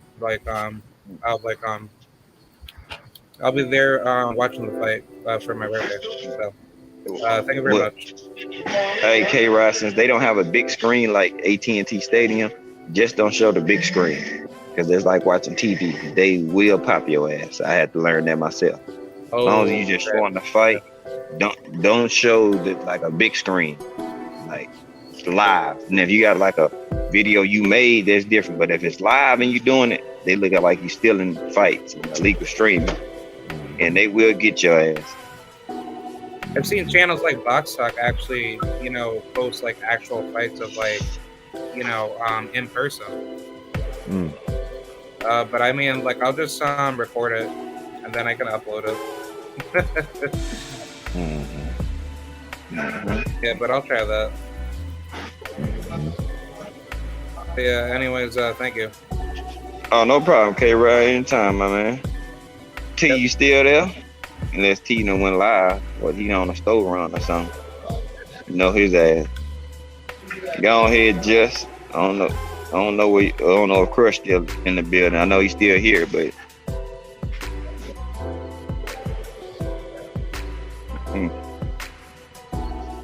go ahead, get your last words, Jeff. My bad. He stepped away. Oh, probably stepped. Well, I always appreciate you as always, bro. If you're here tomorrow, I'll be here to chop it up with you, for sure. Salute to everybody in the chat, man. And if y'all ain't subscribed to Just Do Boxing, come check me out. Much appreciated, man. Salute to my boy G5, man. Salute to the bros on the panel. Respect to everybody in the chat. yeah, I did my homework on that. Even the disclaimer in there, they still can get you if they really want to get you. Most of the time they don't. But I did my homework on that. They had got me, so I had to go through this little copyright school class or whatever. It was like 10, 15 minutes or some shit like that. You know what I'm saying? So I learned some shit, you know what I'm saying? But it's a disclaimer. You might have to try to see if you can copy it from the laptop. BFTB have it in his description. Yeah, I've been seeing that. Stormy have it in his description. Like, you know what I'm saying? Shit like that. But, y'all just be good. Sub to all these good brothers. Y'all know where to find me at. Right here, G5_Game, Instagram, YouTube. But as I always say, come in with an empty plate. And I'm going to fill that bitch up. But my niggas with me, you come in with that empty plate and we going to fill that bitch up. Appreciate all the love, support, the likes, the views, and y'all rocking out with us for hours because, we go on marathons over here now. So Shout out to everybody. Y'all be good. You know, be blessed on this happy Friday. And until tomorrow or Sunday, whichever one I choose, probably I'll do both. Y'all be safe. Enjoy yourself, man. And we out of here. Y'all see this damn what's the name though? Y'all see that y'all see my quote I made up like in 2016. You can't sit at the table of success until you digest the appetite of failure. Let that shit resonate on your mind for a second as we, scroll up out of this joint. You know what I'm saying? Yeah, that's throwback shit. So we've been on a different type of time. Yeah. But we out of here. I see my boy Just over here and turned the camera on. Y'all be good, my people. We out of this joint. Peace. In this joint.